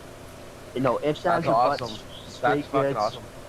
this would not be happening. This is a team effort. When I do say my show, it's because I'm used to, you know, Waitasec, whatever, it's mine, right? But the truth being told, and I don't mean to sound fucking belligerent, Danny, you are right. I'm sorry to, like, you know, to do whatever. And it is our show. The people make this show. And it's no different. Yeah, exactly. And for the next last 30 minutes of Waitasec tonight, we're just going to go on a dick sucking night. We love you, Daniel. I volunteer Oscar to suck your dick. No, you don't. No, Mexicans don't volunteer other Mexicans to do shit. It's not how they. Yes. Wait a sec. Wait what a if sec. it's possible? But no, it is true. Fucking sorry, Danny, you've caught me here because yes, you are right, 100%. My fucking ego fag. It's really, I know Jill has said this many times. It's hard to be in a room with Kenyon and his fucking big ass ego. But my ego just keeps getting bigger, and I let everybody come into my bubble and my world and my ego. And this show is not possible without the loyal support, the pro bono effort that you people that do show up, do listen, do come on, do talk about your stuff. It's not possible without you. And truth be matter, it's not possible without my friend Danny. It would not be happening. It would not be going. It's just straight good. So yeah, Danny, you did call me out on there. I was being a little bit whatever, saying my show. You know what I mean? It's kind of like that Eminem song, man. These guys don't even know the name of my band. They all didn't know. But as far as it goes, the Danny is right. This is our show, and when I say our show, it's open to everyone. It's my show. It's his show. It's your show. It's voted for the people by the people. That's awesome. And we also like to thank the commenters too. You guys play a huge role, commenting and stuff. Yeah, I know. I'm surprised more times, guys, that I haven't been fucking hit up with being an ego fag. Like, I hang around the fucking masties and I pick on them, and you know what I mean? That what they call the A's or the Anons or Anons. It just depends what if you're fucking deep east or fucking out here in the west, we'd say Anon, but some people like to say Anon. As far as that goes, yeah, like, I see it, and for all these kind of things, and this show is not possible. Bottom line. It's not possible. You guys get out there, spam it, talk about it, watch it, get involved. Everybody knows how to get a hold of myself, Oscar. Jill has pretty much been a part of this a long time too. Chet seems to be a regular. We got Freddie, you know what I mean? He's not here tonight as much as possible. There's going to be nights when our regular people can't be here, and at that time when the regular people can't be here, we're looking for the other people's support to come in and fill in our shoes. And by all means, auditions are always open. The table's always open for auditions. This is casting couch at any time, right? So. I just threw out the best fucking meme today. It was from Google's 18th anniversary, and it said "Happy Birthday, Google," and there's a picture of casting couch with the Google letters on it. Should not have run that meme out. That was a good one. Ken just technically said the show belongs to Fedbook, but no, I could stream this from anywhere. I could stream it on Twitch. I could stream it on YouTube. It doesn't. It technically, policy speaking, it kind of does belong to them. If they are listening yet again, hopefully I can overload their bots and their ciphers again and break their system enough for them to get involved and actually want to pay us. By all means, Zuckerberg. Yeah, I've been around since we were doing fucking beta testing, so by all means, get at me, homie. If there's money to be made in this, and there's some sponsors, Coca-Cola, if you guys are out there, Monastato, if you guys are out there and you want to give us some money to support this, by all means, we'll run some fucking ads to do whatever. But by all means, people, the thing's always open. We're always looking for topics. We can't always, as much as I love the lulz that the next person loves, it can't every night just be about lulz, because you're gonna run out of fucking lulz. Yeah. And that's kind of what makes the lulz important, is because lulz really works off the feeding moment. And if you can't, like, there's gonna be a point where you go to sleep, you wake up, and it's a new day, and you try to continue it, but the show has to do with things that make you say, wait a sec.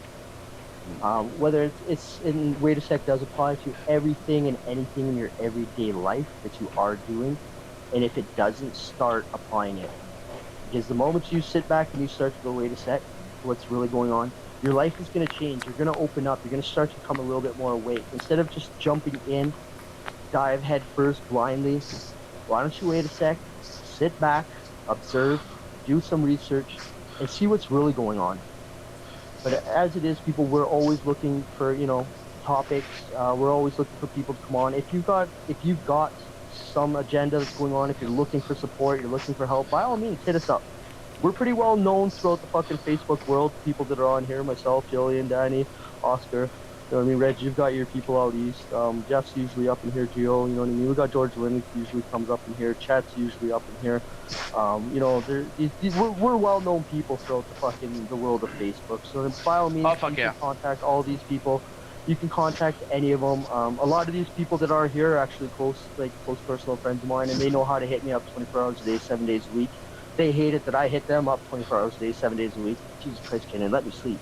But fucking, you know what I mean? A lot of times with like topics, like issues in the world, you don't have time for like different fucking like a little like communities where like he kind of keeps you sane kind of deal, but at times like it's very, very important. Like it's like Waitasec is a fucking awesome community where you can just fucking troll and fucking post random shit and whatever. Like anything fucking goes. Like it doesn't matter who the fuck you are. Like you have a sense of humor, you fucking belong to Waitasec.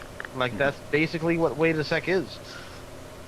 I do have to throw this out there that Ryan Siphon sent me a message that said, Zuckerberg, if you do, you know, want to fund us, Ryan Siphon promises that he will not give out your docs again.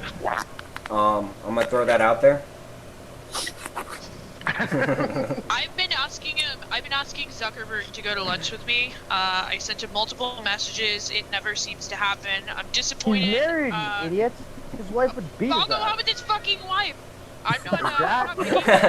Then why you should start calling her? Just saying.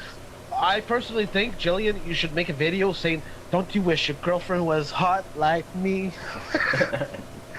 No, his girlfriend is hot as fuck though, isn't she? I'm gonna Google this really quick. I'll be right back. Yeah, but is she fake? Jack, look, you have to leave to Google. I'm gonna Google it for the viewers. 100% natural. I'm muted because of background noise. That's all. I'm pretty sure, Reg, just because of the things you just said, how to probably put a pretty big perspective on a lot of things of what Waitasec is. If you guys don't know what it is, get up. Everybody knows who Big Baby is. If you don't know who Big Baby is, I'm pretty sure you know who Ken Squid Cuttlefish is. You can get, you know, at those people, and I'm thinking maybe I might give you a fucking PR job here, bro, for just the simple fact that you're able to put some words together and do some things that I haven't even been able to do. And you know what I mean? So, as far as that goes, bro, before we do get cut off, I don't know where we're at. I do want to thank you, Reg, for taking your time out tonight. You know, we've got 15 minutes left in the show, so... Thank you. Thank you. You're fucking welcome. So, and like Oscar, like usual, you know what I mean, man? There's only so much fucking brown nosing I can do for you, bro. To fucking, you know, before my Jew nose fucking gives you an enema. But but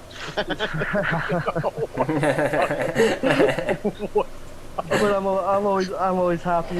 If you guys don't know what enema is, probably watch Batman, the very first one with Michael Keaton. Joker is gonna go through the town and give him an enema. But like usual, Oscar, I always do appreciate your time out that you do take out to do this and you support the cause. Danny, as always, bro, you know I got mad love you, right? All time you take your time out. Jill, you get up in here, and like usual, I appreciate the fact that you came up and your support. A lot of us here do have a great following. You know, a lot of us do have the trolls, the troll following, and I'm currently known as a fucking troll. I try not to be. I just call it as I see it. If you allow me to get underneath your skin, I'm gonna do it. I'm gonna tell you I'm doing it, and at the end of it, you're gonna be my best friend because I'm gonna teach you ways to let it fucking like water off a fucking duck's back. You know what I mean? I'm gonna teach you how to get the repellent and the things you need. Reg got I'm gonna teach you that. I'm gonna be nice. I'm gonna teach people how to have a thicker skin and not to let fucking internet things happen to them. But don't kid yourself. Yeah, I got fucking trolled the last fucking few days by this Black Lives Matter fucking AKA fucking leader. He's trying to fucking get under my skin and holy fuck it was fucking nasty, man. He actually ended up fucking pissing me off. It was fucking funny as fuck. What? You got mad at an internet troll? No. Yeah. It was Sunny Black. It was Sunny Black hitting him up. It was Sonny Black hitting him up. It was getting underneath his skin there. And But it's all fucking good. I see a lot of his fucking trolling fucking skills, and I'm actually learning from his fucking. I'm learning. Like I'm not a fucking troll myself. Well, I am, but I'm not. Like I like trolling fucking politicians and shit, and just call them up on their fucking stupid decisions. But that's pretty much all I do for trolling. I wish I could call up politicians' moms and call them out for not swallowing their kids, but You know what's fucking funny is easily. You know what's fucking funny? On my personal account, the fucking politicians block me, but I can make up a fucking random anonymous account and they friend me, and just because I put a fucking sexy ass fucking picture or whatever, and then I just fucking call them out on their stupid decisions, and they're like, that's pretty much all they crumble. I do have to say you are a sexy woman. I would fall for you. By the way, hi, I didn't even realize who you were. I did not recognize the short name. So, hey you, how's it going? Not bad. And honestly, if it wasn't for Jillian and George Lennox, I would have fucking stepped out fucking long fucking time ago. Like you gave us a fucking, you give Anon Those the two courage. people you're talking about, they're both fags. They're ego fags. They're wannabe master fags. They're always talking about anonymous, anonymat, anonymous. It's called anonymous.incorporated for a fucking reason. And there's Are you talking shit about me? I actually have that as a password for something. Immediately muted. I actually have that a password for something. One of my fake accounts, Anonymous. Yeah, that came from me, anonymous.incorporated, and I trolled on fucking Anon HQ with it. I'm like, yeah, this is your real name should be. It's anonymous.hq, but you changed it to .inc because you guys seem to be an incorporated company that's got fucking insurance policies, you've got liability policies, you've got money trails that are traced back to fucking accounts that are probably gonna give a shot if I divulge it. Tango down, anonymous says Q's for the fucking laws. That's fucking epic. Well, what time are we at, guys? I don't mean to cut you off. Sorry about that. You have the 12. I think we're done. We got just 10 minutes left, guys, before we do get cut off. I'm not too sure what everybody else's schedule is, whatever, myself personally. I'm on your schedule, motherfucker. I don't have a schedule anymore. You've ruined my life. Apparently I have the power over him to do that. Yeah, I know. You've made the worst anarchist out of me I've ever fucking seen in my life. This is pathetic. I'm a democratic fucking socialist now. If you only knew the power of Waitasec.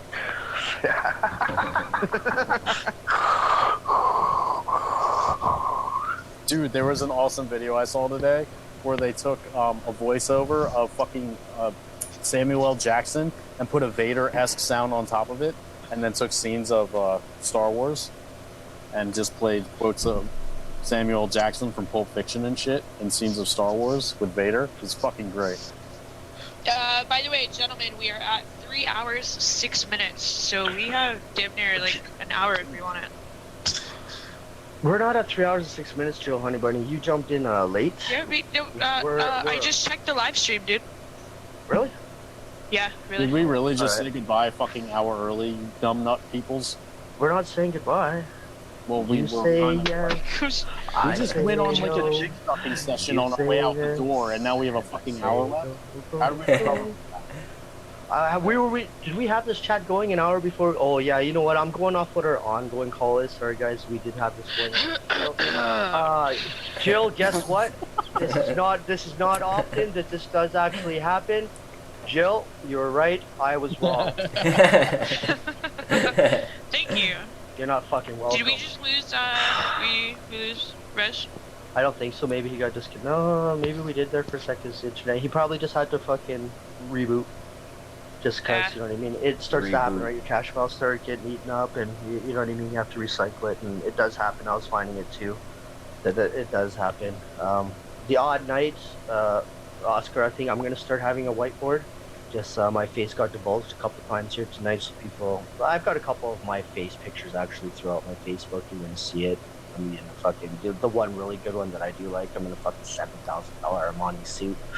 But yeah, I mean, I'm looking at it. But I think I'm gonna start doing a whiteboard too. And I'm not even gonna steal my gimmick, you weirdo. No, I'm not gonna even use the whiteboard. I'm just gonna use permanent marker on my fucking wall. Oh, okay. So like, the cracked end version of what I'm doing. Because if you steals my gimmick, I'm gonna get weird, bro. I'm just gonna get real weird over here if somebody just starts stealing my shit. That way no one will steal anything I do. I'm gonna start fucking choking myself off of the door handle and some rope. Okay, TMI again. Hey, we have to recover from our fucking hour early exit somehow. We did an hour early exit. I was just making sure that that got out there because a lot of people that tune in, they go into it, who knows where it is. They just jumped up into the feed and they've seen everybody getting props. And they might think it's over and you have to still tune in. I hope somebody jumped into the feed right when I said that and left immediately, and now they have PTSD for the rest of their life. Well, you guys have all seen it. Shows what I think of our fans. Sorry, guys. That means if you're a dedicated fan, you're on a good side. Well, it doesn't even matter. A fan's a fan, and as far as that I've always learned, man, I always take a time out for my fans. Even though I've, had issues and I think that you're a fucking momo or I think you're kind of slow, I'm going to still try to take the time out for you people, like always. You know what I mean? You're all a bunch of degenerates and you're wasting the time. I'm going to do this for you. Do this one favor. I'm back after fucking rebooting my fucking systems. Told ya!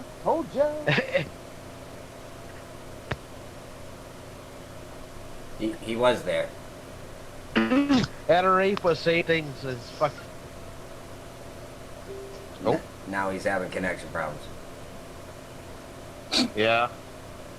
Fucking bullshit. I'm gonna be back in about 2 seconds. I'm switching devices. I'm so glad you told us you're coming back in 2 seconds. You could have just fucking done it. Like, I wouldn't want you to miss me. I miss you already. Aww. At least one of you fucks is sweet. I'm just gonna rage quit and blame it on you for the next week. Fuck this, I'm gonna start blowing up all your fucking inboxes, your walls, Joe. I'm gonna do the same thing that I did to you before. Just keep posting.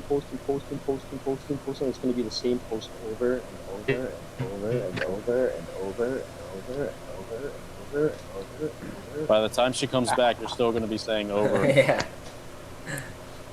That's the way I felt fucking posting this live feed. I was like posting on all the fucking pages and all the fucking groups I'm part of. Well, not even all the groups. Part of actually like 200 fucking groups. Like I added to groups all the fucking time. Whatever. And I just use as a fucking bot to share fucking art like some. Reg, what's happening here is you're getting some static electrical magnetic feeds that are stopping your wireless from actually transmitting. A good way to stop that, it might take you out for a minute or two, is to actually reset your router to find a better signal, because you keep getting the bot robotic shit when you're doing it. I'm probably guessing you're not sitting right next to your router. Chat! Yeah, Chat's in the house. I'll check. What's going on? I'm shit. just getting in from the moon. We can actually get on our fucking topic. Holy fuck. Holy Chat, we were talking about the Illuminati and shit. What's your take? The Illuminati. Anyways, yeah, so before we go, I was just saying hi to Chet, but hey, Reg, man, you know it as well as I know it, man. I come around, I pick on your feeds, and I troll people, and I try to make people cry. Digital tears is what I feed on sometimes. But I'm always glad to help you out with your causes. You've known that since the day one we met. You know what I mean? We met, we talk, and we've got same agendas and same things like that. So by all means, at any time, like when you got free time, you want to come back on the show and all that kind of stuff, you're welcome here, my friend. Yes. So I just thanks, man. I'm going to speak for everybody, probably on behalf of everybody, and I'm going to be ignorant again, but I'm pretty sure the feeling that I have, the rest of the people have too. Yeah, I agree. Yes, he's cool in my book. We Yeah, love. he sounds cool. Like I've checked his like messages and shit. Like What he's the fuck? Is that a chat? Where the fuck did you come from? Can somebody mute? The moon. Can somebody mute Jill, please? Somebody mute Jill. Uh, Yo, man, that's a fucking Neztec. What is that? That's is that an Exon? What is that table? That turntable, Reg. What is that? Oh, it's Ion or some Aztec? fucking thing. I picked it up at a fucking yard sale for $10 with a shitload of fucking records, and basically, does it have? Is it direct drive or is it belt driven? I'm not fucking sure. But anyhow, remember that fucking one fucking live feed I did on Total Eclipse of the Heart. what? Like what? Yeah, like, we had some things going. People were dedicating songs to me, and then people were going out and singing these fucking things just to do whatever. But it is good shit. It's fucking hilarious, bro. There's not a lot of people that actually know. I didn't even know right up until the fact that you just said that. I didn't even fucking know. I'm not gonna divulge it. I'm not gonna give it away. But that's fucking crime. Champ, one up on that one. That's fucking crime. I didn't even know that until you just said that. My whole house is like, my whole house is ready for like an EMP war. It's crazy. Like we talk to conspiracy, but a lot of the issues nowadays is like fucking. You know what? The best way of fucking protecting yourself is to advance into like off grid and all that fucking fun stuff, and learn how to fucking survive in the north. It's actually rather quite easy, like in Canada. Yeah, we do got so I got fucking. If people steal my gimmicks on the show, it's gonna get real weird. Noose tapping. Here you go, Oscar, you fucking asshole. I was reading the shit you were saying to me earlier, and I was reading out loud because I have a bad thing about that. And like, that was a pretty good troll before you got on the show because I was reading out loud, and then 10 seconds later, like, you're a fucking racist asshole.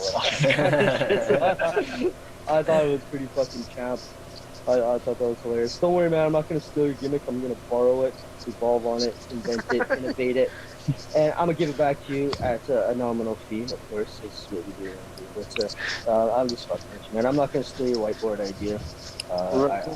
Well, yeah, now because you have an ultimatum. That's yeah. I don't want you to kill yourself. I do have to say you've let me down.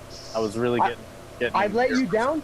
And well, wow, you put me on this pedestal, expecting for me to bring you up. I don't know where you've been or where you're coming from, but I don't think you really know much about me. No, I just kidding. I wouldn't do it. I just love the whiteboard idea. Like it's pretty good. Your artistic work. I'm gonna call it autistic work, but just fucking saying it. I mean, this is one of the only places where it just doesn't say like "kill yourself" in giant letters. So count your blessings. Well, it's a new community where it comforts a lot of people. Once you're awakened, it's hard to adapt to today's society because everybody's so brainwashed with fucking Kardashian and all that kind of. Yeah, that's where I've got an issue too, Reg, is because people are starting to wake up and it's gonna fuck my program up.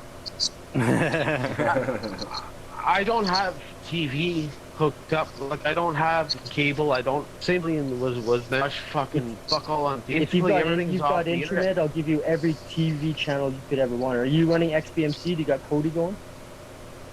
I don't know. No, you don't even know what XBMC code is. I'll send you the links earlier, man. If you're paying for internet, you can watch any channel, any fucking network. You can watch it in any fucking language. I posted up the other day. I really suggest people get on fucking XBMC. If you're using it for mobile, by all means, check out XBMC Cody setup builds. Go down to the 5th one that is known as Blaze. Hit that one up, people. You're never gonna have to fucking pay for a Tyson fight again. You know what I mean? Like, this is straight good. You can watch any hockey show you want. You can watch fucking anything you want. Hey, that's fucking awesome. Like, I used to be, like, before this, I used to be in the free air community. And honestly, I used to help out with a lot of fucking cracks with Bell Express for you and a lot of other fucking devices. Were you the guys fucking stopping my chips? you're the people behind trying out my fucking bootleg chips? Oh, they're I don't know, man. Fuck, it's just coding, man. It is just coding. But yeah, I used to make a damn good living off selling fucking cover your mic or cover your mouth, please. But I used to make a damn good living off of selling chips, cards, or fucking satellite boxes. I used to make a damn good living through fucking pirating movies back in the day when they were VCD. I used to go down to Chinatown and I'd bring out movies. I had a friend that was working in the theaters that would fucking straight up give them to me. And anybody that knows what fucking Merc is, and that's where everybody was finding the bootleg movies back in the day. There's a lot of them that I put up there and did whatever. But I used to make a damn good penny going down to Chinatown and giving these guys the fucking. They'd give me like $100 for one fucking disc. They'd go and recopy it, and they'd print it out onto Laserdisc edition back in the day. You guys remember those fucking Laserdiscs? Yeah, the one with records. Yeah, that's bigger than the records. 3 times bigger than the fucking record. Usually only the Asian community, but I used to make a damn good living off fucking pirating movies, man.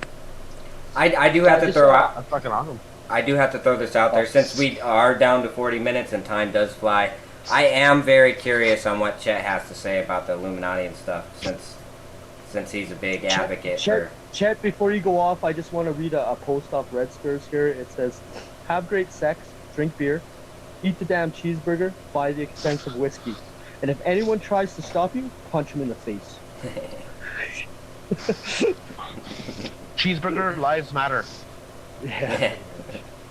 But yeah, tonight's topic, Chad, I don't know where you was. I tried to reach out to you earlier. You probably had some IRL stuff going on.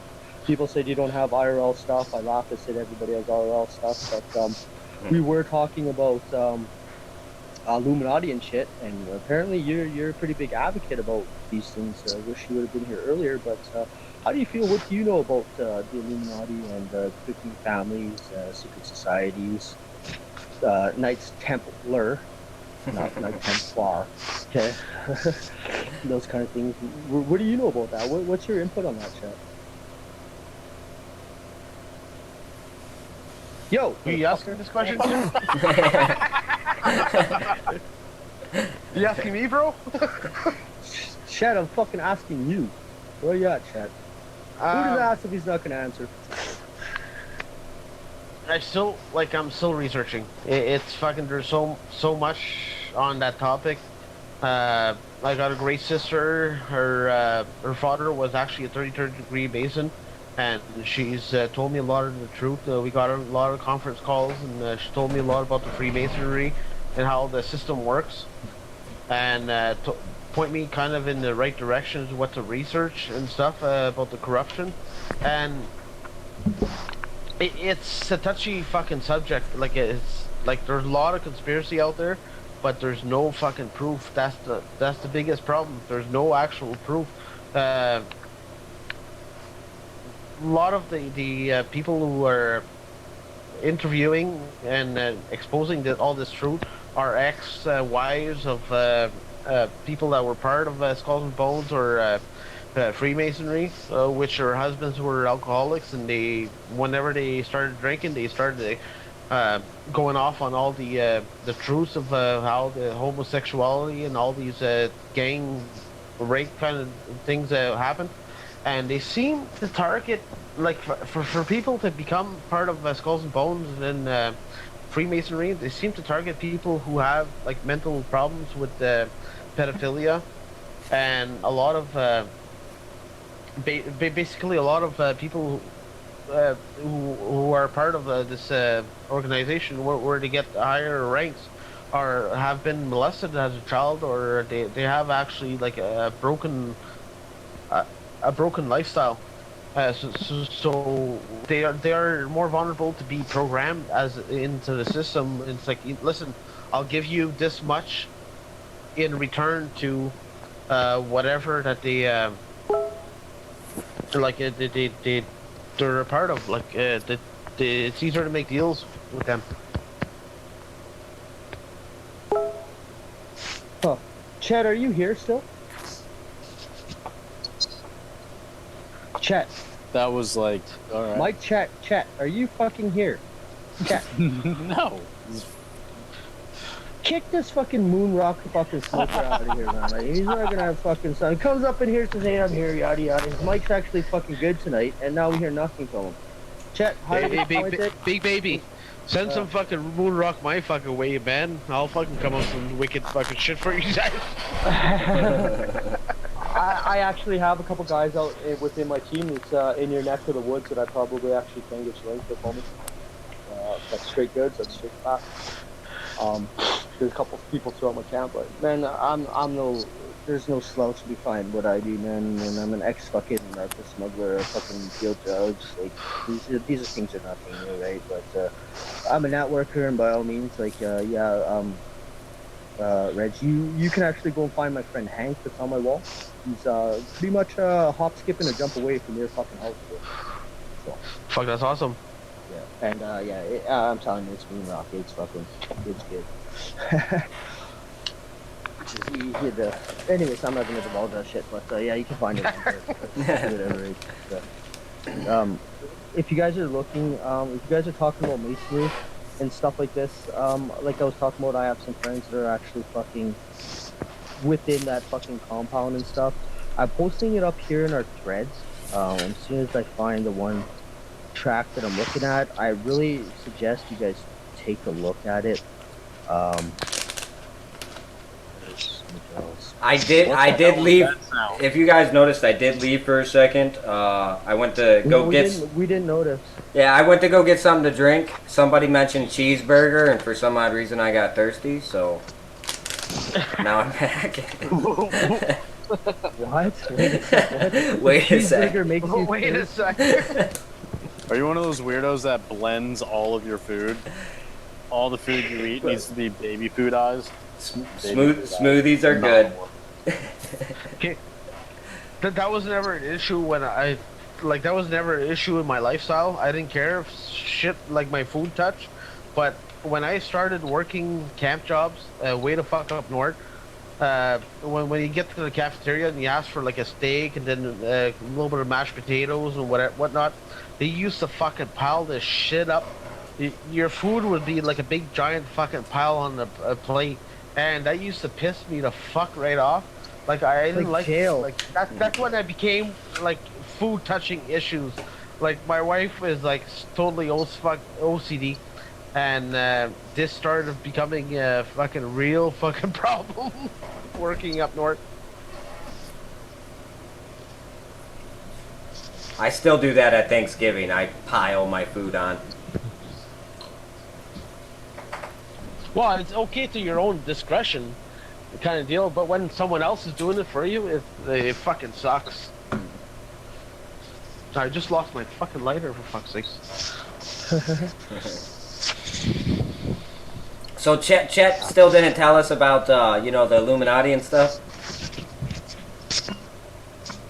No, they probably black bagged him the moment that he's logged in. Like, goddamn it, this motherfucker. Maybe they're like, oh, we're gonna hear about Cox and fucking 4chan again and all this stupid fucking shit.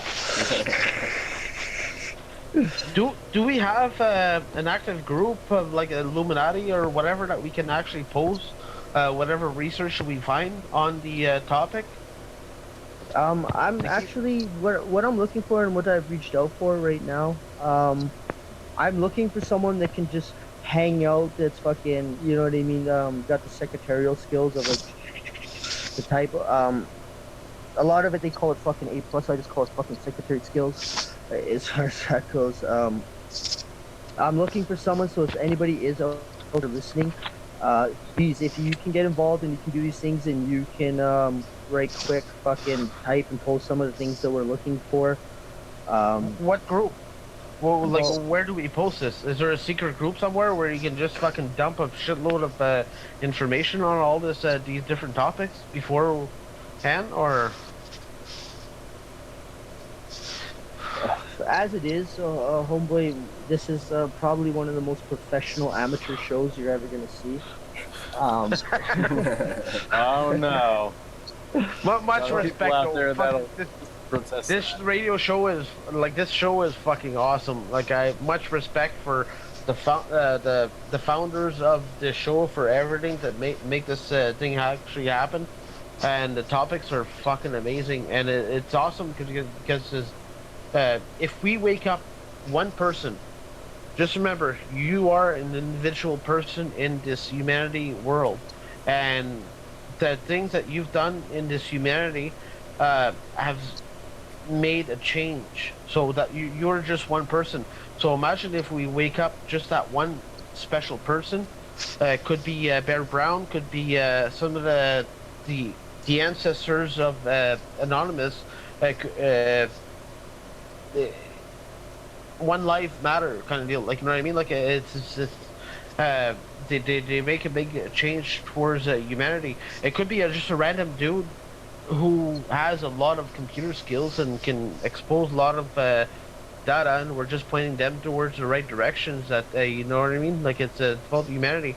Our country is not better than your country, and we're all suffering. Like it doesn't matter. I'm sorry, I'm gonna interrupt him. Canada is 10 times better than any of you guys' fucking countries. I just want to point that out there.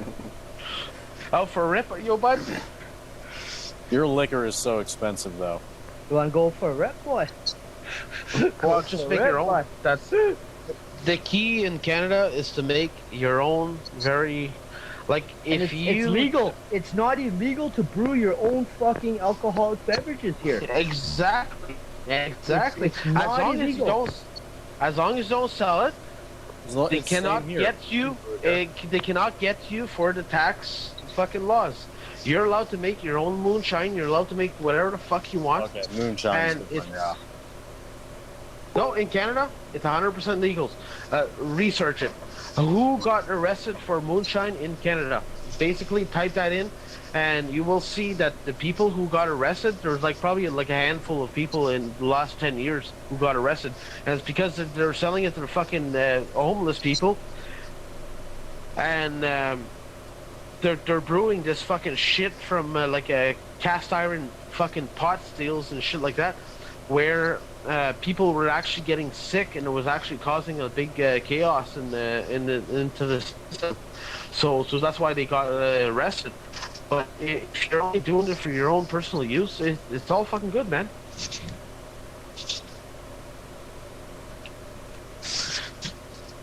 Canada. Viva la Canada. You know, it's really weird. I was just reading through the paper the other day. There was some French guys that actually just got charged and caught for fucking stealing $1.5 million of maple syrup and fucking bootlegging it to the States. Fucking Canadians. Wow, that's crazy. Did they finally busted those? I remember in the spring looking up this article saying that there's a shitload of maple syrup that's gone missing, and I'm surprised they actually caught those guys. It was a big fucking deal.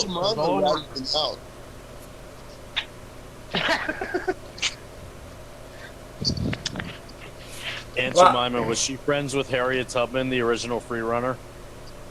Yeah, she made it slicker for them to slide through. Just like Vanilla Tar Baby?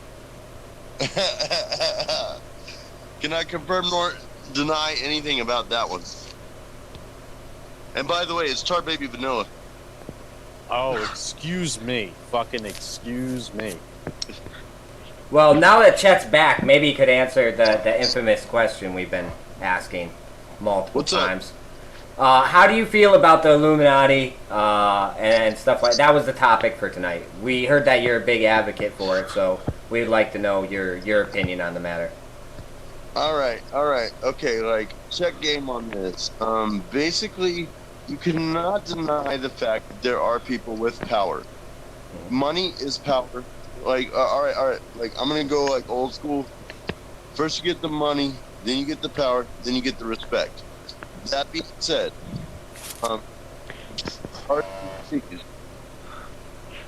place to actually control policy, and once you control policy, then the whole thing is that basically everyone's your bitch at that point. Once you control policy, I think I touched on this the other night with the CFR, the TLC. All these alphabet agencies, there's a reason, I think like what everybody needs to do to understand like the Illuminati is to actually like look up compartmentalization of government. What they like, there still is a puppet master at some point. Now, who that puppet master is, whether it's Soros or like whoever the hell it is, I don't know like exactly who it is or like who the team is, but they do have a bunch of pawns that they've got in place that do control policy. And like, if you deny that, then you don't understand American politics at all. And like, the thing is like, then we have the Empire State. I don't know if like you guys are familiar with that. Are you? What exactly do you mean? Empire State.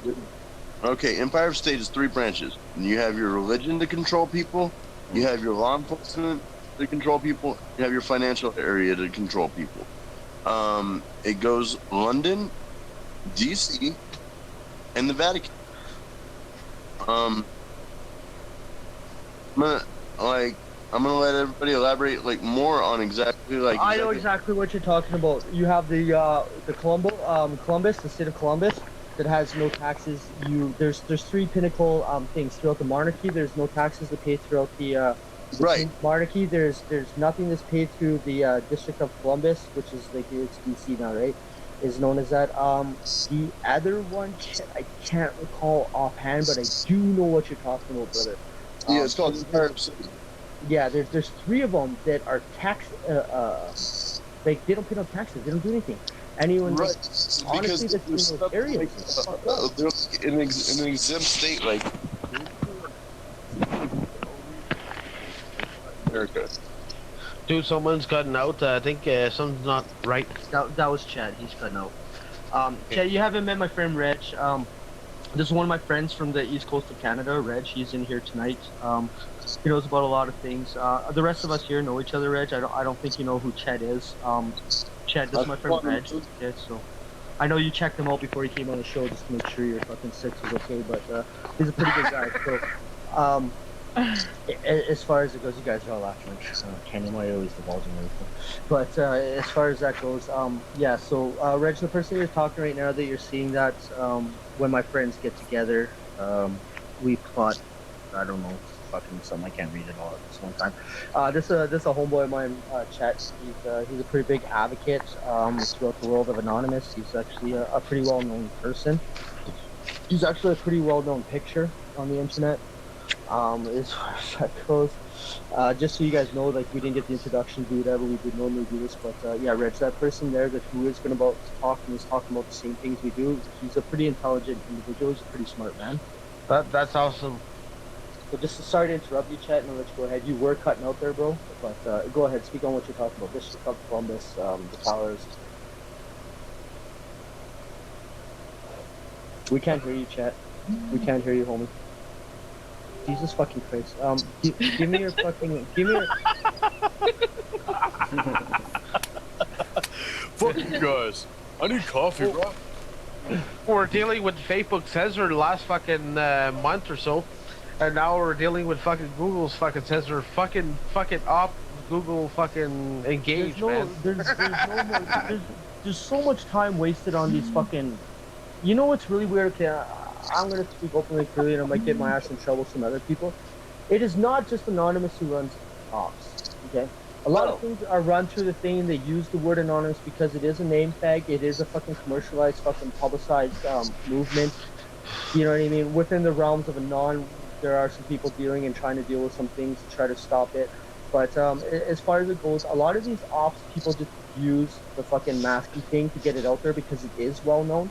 But a lot of these people that are actually real deal running these ops and are actually real deal giving you the WikiLeaks and shit like that, they don't claim Anonymous. They just run it through. Yeah, but they still, their identity, they try to keep it anonymous. Anonymous is kind of like a bird swan.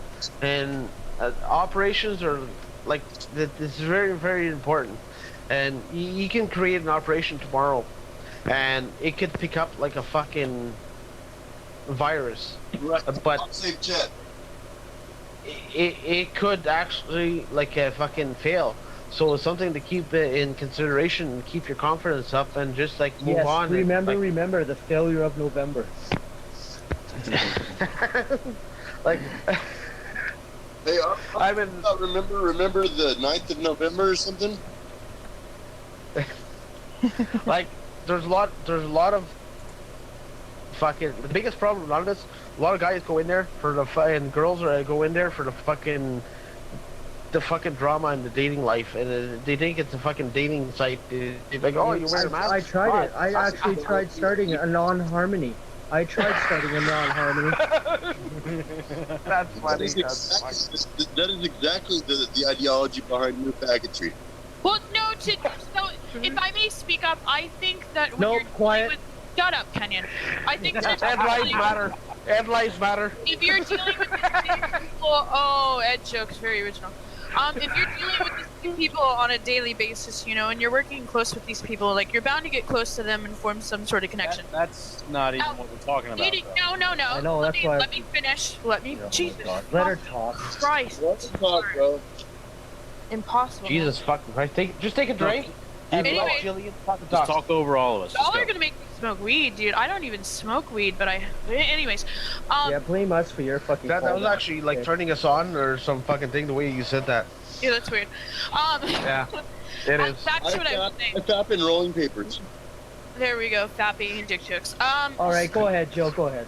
Go ahead. As I was trying to say, I don't necessarily think that dating is the issue. I think people being immature about dating is the issue. I think that it's possible to date people kind of on the down low. I don't think that's a problem. However, don't shut up. I do think that the issue, though, is... She said, "Don't shut up." So I said don't, and then it was comma, shut up when he kept going. You're such a fucking troll. Hold on. I am gonna play moderator. Let Jill speak. She hasn't talked this whole time. Thank you. Well, man, this is the same thing like every night. You had your moment. Anyways, so back to what I was saying. However, I do think it is a problem when it starts to interfere with ops. People date and break up every day that you guys don't ever know about, you know? Some of you do. Nobody was asking you, Kenny. Kick her, Danny. Oh? Fuck. Oh? God damn it. Go ahead. Okay, I'll mute myself. Sorry, Joe. Go ahead. Say what you gotta say. That was pretty much my point. That's not so much the issue. And I also think as far as drama, I think if you get... What's our community? The average person has, what, like 3,000? Now, mind you, some of these are soccer accounts, but 3,000 people in their friends list. You're bound to get drama. You know, nobody's ever going to agree. We all have different backgrounds. We all come from different, like, political kind of ends of the spectrum and stuff, you know? So I don't think it's ever going to be completely drama-free. I mean, look at Topiary and Barrett Brown. Topiary, Barrett Brown, and Weave, like, all used to go back and forth. This is nothing new. That's all I was saying. Barrett Brown is the leader of Losey. Fucking give him a call now. Yeah, that's what I mean. Like, if you go back and you read their tweets, like, they're calling each other, like... Faggots. They're calling each other the F write word. Write a fucking dick on your face, chat. I'm gonna write a fucking dick on your face, chat. You know what I mean? It's that shit. But I'll tell you this here, and I'm gonna tell you this right now. Every motherfucker that's on all my accounts are actually my friends. I have no drama on my accounts. Everyone on my accounts, they might not get along, they might see different, they might have different opinions, but every single person that is a friend on my account, I am drama free. Yeah, but we're not talking about you, we're talking about the entirety of what is now seen as anonymous. And all of them are on my list. That was pretty ego faggot. They're not like Pokemon. You gotta catch them all. You don't remember I said that 3-4 years ago? But the truth of the matter is there is those issues. These in-house things, when people start to catch the feels, and it does jeopardize ops. There is the big issues with the Siege character, jeopardizing things, going on talk shows, and other people going and saying these things. It jeopardizes and it puts the security of some actual people at risk. Just because you don't understand it and you're doing these things and you start saying, you know what I mean, names for whatever. Every name that I fucking drop, I never tell them what they're fucking doing.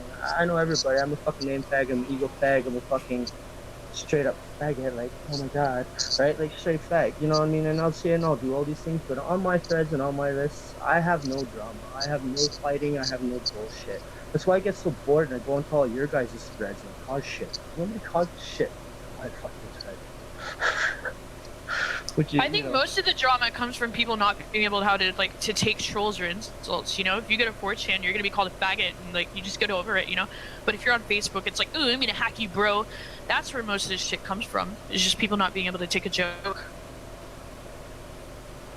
I didn't even know all this fuckery went on this way until like 2 fucking weeks ago, and then I've been bitching about it like all week because I keep hearing fucking people's names brought up.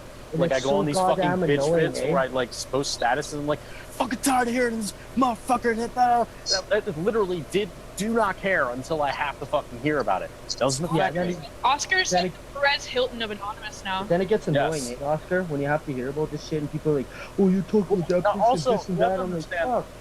The way that I see things is like people love to fucking go with the mask and faggot route and all talk about the drama that goes on and everything else. To me, I'm just sitting back here and I'm like, look, I know what Anonymous is, and to me, it's not someone who buys a fucking mask and then goes off and acts like a retard. I will decide for myself when I meet somebody if they fucking constitute somebody I can even consider that. Like, just, you know what I mean? Like, there's too much lumping us with other fucking people. You know what I mean? Like, it's a mainstream thing now. You know what I'm saying? So, like, I get a little bit tired of hearing that type of shit, too, because it's like, I understand this shit, and I'm not even a tech guy when it comes to, like, you know, what not to do for the sake of ops and all this other shit. So it's like, I wish that the term new fact didn't even exist, and we would all just be like, oh, those fucking people.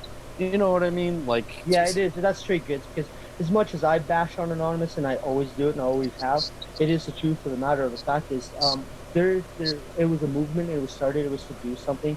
Sure enough, got out of hand because, you know, the people behind it that really did it, they don't want to be held liable or accountable for something they can't control, which makes a lot of sense. Because if you decide to say my name is Dylan the Hacker and I'm fucking the leader of Anonymous, you're gonna start to have all these fucking problems and these issues because you're now going to take that on you, and that's a policy.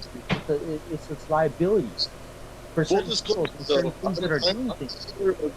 Moon Anonymous over here. Well, I think another aspect is like a lot of us talk about all these issues in the collective, but a lot of us aren't willing to speak up because we don't want to be the squeaky wheel, you know what I mean? And, you know, I have kind of a reputation because I do call... Oh, there we go again. Back to what I was saying. I have kind of a reputation for calling people out. A lot of people will bitch about people, but they won't speak up. You know, they just do it in private messages. Now, I think Anonymous wouldn't quite be the monster that it is right now if more people spoke up and were like, you know, we don't condone the fact that you just fucking couch surf and blame the government for dumb shit, you know? Like, actually get up and do something, you know? Fucking Joe, go out. I agree with you on that, you know? because I do the same thing as you, Joe, which you don't. I start seeing these fucking what I call maskies, and I call them masky faggots. And I'm like, you don't even know. You really don't even know. You go out there and you say this, and when I start to say to them, I'm like, yo, bro, you don't even fucking know. Are you mad, bro? Are we gonna set sail on you? Like, you don't understand. This is the fucking trolls and lulz world. Now you start coming up in here with these operations of love and all these, we're gonna help this and do that. Great. It's an expansion of what is, but when you really get down to the root, you're probably gonna see the roots up on this show. Anonymous is as good as what you make it to be. That's the true importance of Anonymous. It's the same thing as the Freemasonry. If a certain culture or a certain group of Freemasons in a community, there's proof of Freemasonry doing good things for the community. But in Anonymous world, it's the same thing. And basically, you have to look at the consequences. You cannot use Anonymous for personal gain, and that's the fucking problem. Buddy gets fucking dumped by his girlfriend, and then he starts fucking using Anonymous to fucking hack into her Facebook account, and it's like, dude, we're not hackers. Like, fuck off. Like, we don't fucking hack the other people's fucking Facebook account just because you want to see if she was fucking cheating on you or whatnot. Sorry, for $200 USD, and I've brought it down from $200 euro. If you really want to see what your girlfriend or your boyfriend's doing and what they're doing, by all means hit me up. But you better have the fucking cash in hand. Just saying. So back to what I was kind of getting at, but I think Anonymous is like this overly sensitive kind of like politically correct, like terrible fucking teddy bear hugging, you know, safe space now. And I think that's where a lot of these issues come from, is when I call people out for running these, you know, pedo, quote unquote, scamming Bitcoin rings, you know, it's all of a sudden Jill's drama, oh, there she goes again. Or, you know, oh, Jill's so mean. You know, I think if more people were mean or more people were quote unquote drama, we wouldn't have the issue with people that we do right now. Chet, mute your mic, dude. Exactly. And you see my wall, you see other people's walls. It's like, who are the ones that don't get shit? It's the people that, like, let other people know you're going to get fucking shit on this wall if you bring your fucking shit around. You should have seen how we burned up a fucking feminist earlier. I mean, it's just, it is what it, and, like, you, Jill, I don't understand your predicament particularly because, like, people like to give you shit. Like, people are rabid around you for reasons that are, like, fucking, like, has something to do with, like, you just being, like, a down chick. You know what I mean? It's fucking like people get jealous with Jill around. People get jealous. Right, they're exactly. mad. She's outspoken. She speaks her mind. She knows the real deal, people. And then people want to, like, oh, you have to pick my side. You have to pick that side. You have to do this. You have to do that. Yo, suck a dick and get a life. Here's straight fucking good. Jill is just no different to me. She's gonna call you out. If you want to use the fucking masky faggot fucking thing for your business and try to use and do all these kind of things, that's what I'm gonna put you in. You're a masky faggot fucking business. Okay, this is really what fucking that means. And I call it out and I do it all the time. You guys know it too. I pick and I fight with these guys, and next thing you know, I have a whole entire fucking clan coming at me. I'm like, come at me, bro. You're gonna have a bad fucking time. And without even saying or doing anything, like, I'm not anonymous. I'm Jeff Kenyon. I am the, you know what I mean? I run Waitasec. And it's what it is. I'm not anonymous. I'm not Lizard Squad. I'm not THF. I'm not fucking Conflict. I'm not fucking Derp. I'm not fucking all of these other names that I'm not going to say because they're not the fucking socialized, commercialized people. But when it comes down to the bottom line of this, man, I have people that are, like, you know, anonymous. And I'm not going to say nasty faggot. I'm going to say anonymous friend. And when I start to see these things that some of these people that I do know have worked fucking almost a decade to fucking get things out and doing it, when I start to see these assholes that are like, oh, I'm going to put a fucking anonymous on this, I'm going to do this, and sure enough, you're going to get attention. No ifs, ands, no doubts about it. You're going to get attention because the fucking masky starts to bring attention. And then when you have all these people that are doing these things, like, oh, this is the right cause, this and that, I'm like, yo, man, like, check yourself. Wait a sec. Before you wreck yourself, you need to fucking know what you're actually doing and what's going to happen to you if you start to use things that you don't understand the power or the meaning behind. You're going to have a bad fucking time. Straight fucking goods. And I hate it all day. I'll pick on maskies all fucking day, and there's a reason why. Because the people I'm picking on that are maskies, that's what you are. You're a fucking maski. You're not honest, you're a fucking maski. Everybody here gets along with you for a reason. It's like I told Sammy Warren, like when he was talking about, I made a thread where I was bitching about even his name because I heard about it too much, and he came along and he was like, I keep laughing at that thread, and I'm like, well, here's the thing. I was bitching about just needing to hear about everybody's fucking butthurt.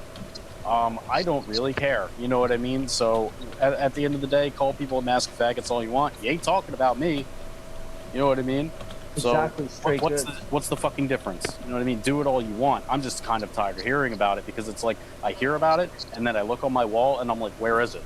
Where is it? Like, I'm almost wanting to have some fucking fun with these people at this point. Now I know that that's not true, but still, it's just like, it's so old already, like so fucking old. It is. I know, like, a lot of the frustration that Sammy, and now I'm not going to speak on behalf of Sammy. I don't necessarily agree with him on everything, but I can speak on behalf of a lot of the older anons that I run across. A lot of them are really frustrated about the fact that a lot of people aren't willing to do due diligence. You know, people are coming into Anonymous and they think they know what it's about. They've seen V for Vendetta. You know, maybe they've seen Hacker Wars or something like that.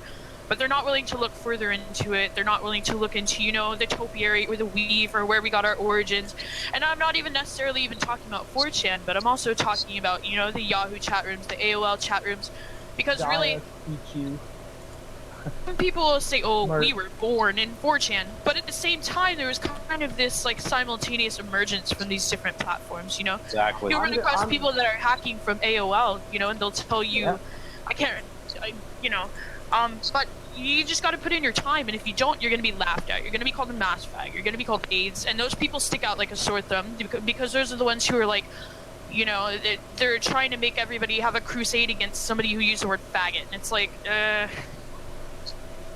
wall, you know. If Yeah, if that's- you can't it's hang just- with that, you can't hang out with the cool We should kids. probably Yeah. stop using the word fag and probably go to sexually confused. No, not really. Like you got like the same fags and the fucking moral fags and everything else. It's like Anon is as good as like in the end there. Anon is as good as what you make it to be, like as a community, and it grows. It's like a bird swan. Like if you can present, if you can. No, but if you can present a good operation and come up with some decent information to back it up, it can actually pick up quite a bit. And sometimes it may take years. And we've seen this with the operation, like a different operation, like Icarus, for an example. It took years. It took years to fucking to grow, but eventually it was actually pretty quite effective. So like I'm just using this as an example, and it's as good as what you make it to be. And like you see, people get like magnet into this operation and stuff, but also keep in consideration that a lot of fucking feds out there are fucking willing to create drama and trolls, and there's federal agents that are fucking pure fucking trolls and stuff, and they'll try to cause drama within the group. So it's hard to focus on Anonymous and say like, oh, Anonymous is doing great and this and that. Sometimes they'll create drama just to fucking bash the name Anonymous itself. So it's important to keep a tight little circle. And well, I'll bash on Anonymous all day because I am a Fed. When I say Fed, I mean fucking educated dummy. That's what a fucking Fed is to you. Fucking educated dummy. Well, it's also, I like that you brought up moral fagging too, because there was a big rift in between, you know, when people decided to be moral fags, and when there was a big rift, I think, that still stands today between trolls and moral fagging, and you still run into the old school trolls today, and they don't give a shit about making the world a better place. They're gonna make you fucking cry yourself to sleep, and that's what they fucking like to do. You know what I mean? And that's exactly. Then the next day, I'm gonna teach you how to let water rub off your back like a fucking duck. Well, speaking of the next day thing, we're gonna have to pick up this tomorrow. We only have like 4 minutes left. Thank you all for joining. Thank you all for watching. I am going to play the outro song. Hey, Johnny, can I ask you a favor? Yeah, go ahead. You can go to bed, my friend. I know you got some things to do, but can you go live again? I would, but I'm gonna play video games, and I use my monitor to do that. Oh, shit.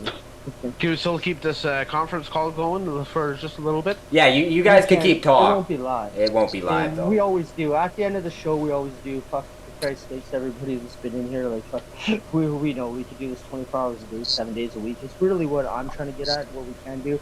By all means, I am looking for people and moderators, hosts on the other side of the world. Nobody will ever replace my man Danny here. But we are looking to branch out to network. There's a lot of sex, there's a lot of different things out there. And by all means, people, if you think that you can do something better than what we're doing, by all means, I will support. And I'll even try to help you do something better than what we're doing. But please come and talk with me first so I can help you. I can also give you a rundown on how to use OBS. I can give you a tutorial on all that stuff, and what tools you need to run it, if you need help. Basically, I think something would probably be good. Like, does Waitasec have, or whatever this radio show, late night this fucking thing? Whatever this fucking thing. Does it have a fucking presents Late Night with Danny Losey and guests. Do we have a fucking group? Tycoons. Like, do we have a group fucking name or whatever the fucking shit that there is, like, that we can start creating events? Maybe you should wait a sec before you keep questioning yourself. Yeah, We'll talk about this after the show. Okay, perfect. I know. He's gonna play the outro. We'll talk about this after the show. Yeah. Okay, perfect. That's your cue, Danny. I'm playing it. Ready to misbehave. Yet again, Mr. Big Baby, president of the internet, new web owner, voted by the people for the people, would like to thank all of the guests who participate that do help us out at this time. I'm talking over the intro. I know you're FPS people, straight up FPS. Let me lose my mind. Every night's content will be a great night, and every night is going to be one of the small fucking education that we're talking about. Back off.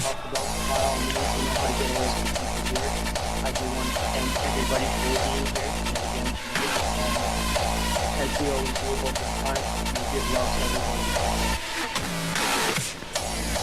They bought it in a ball. Much love and respect to everyone who's new in this whole organization, this whole fucking radio show. Oh, love and respect to you too. Aww. Love you, Snowden. By the way, what's your name again? Oh. Reg, I think he's talking to you. Yeah, I get gay then when people's names, and I never do it again. He gives good reach arounds, I hear. Yeah, my therapist. My name could be anything you want it to be. It all depends how kinky you are in this society. Ready to misbehave. I keep fluffy headphones, so I bike down on them. Working like a slave. I have a set of fucking Yes.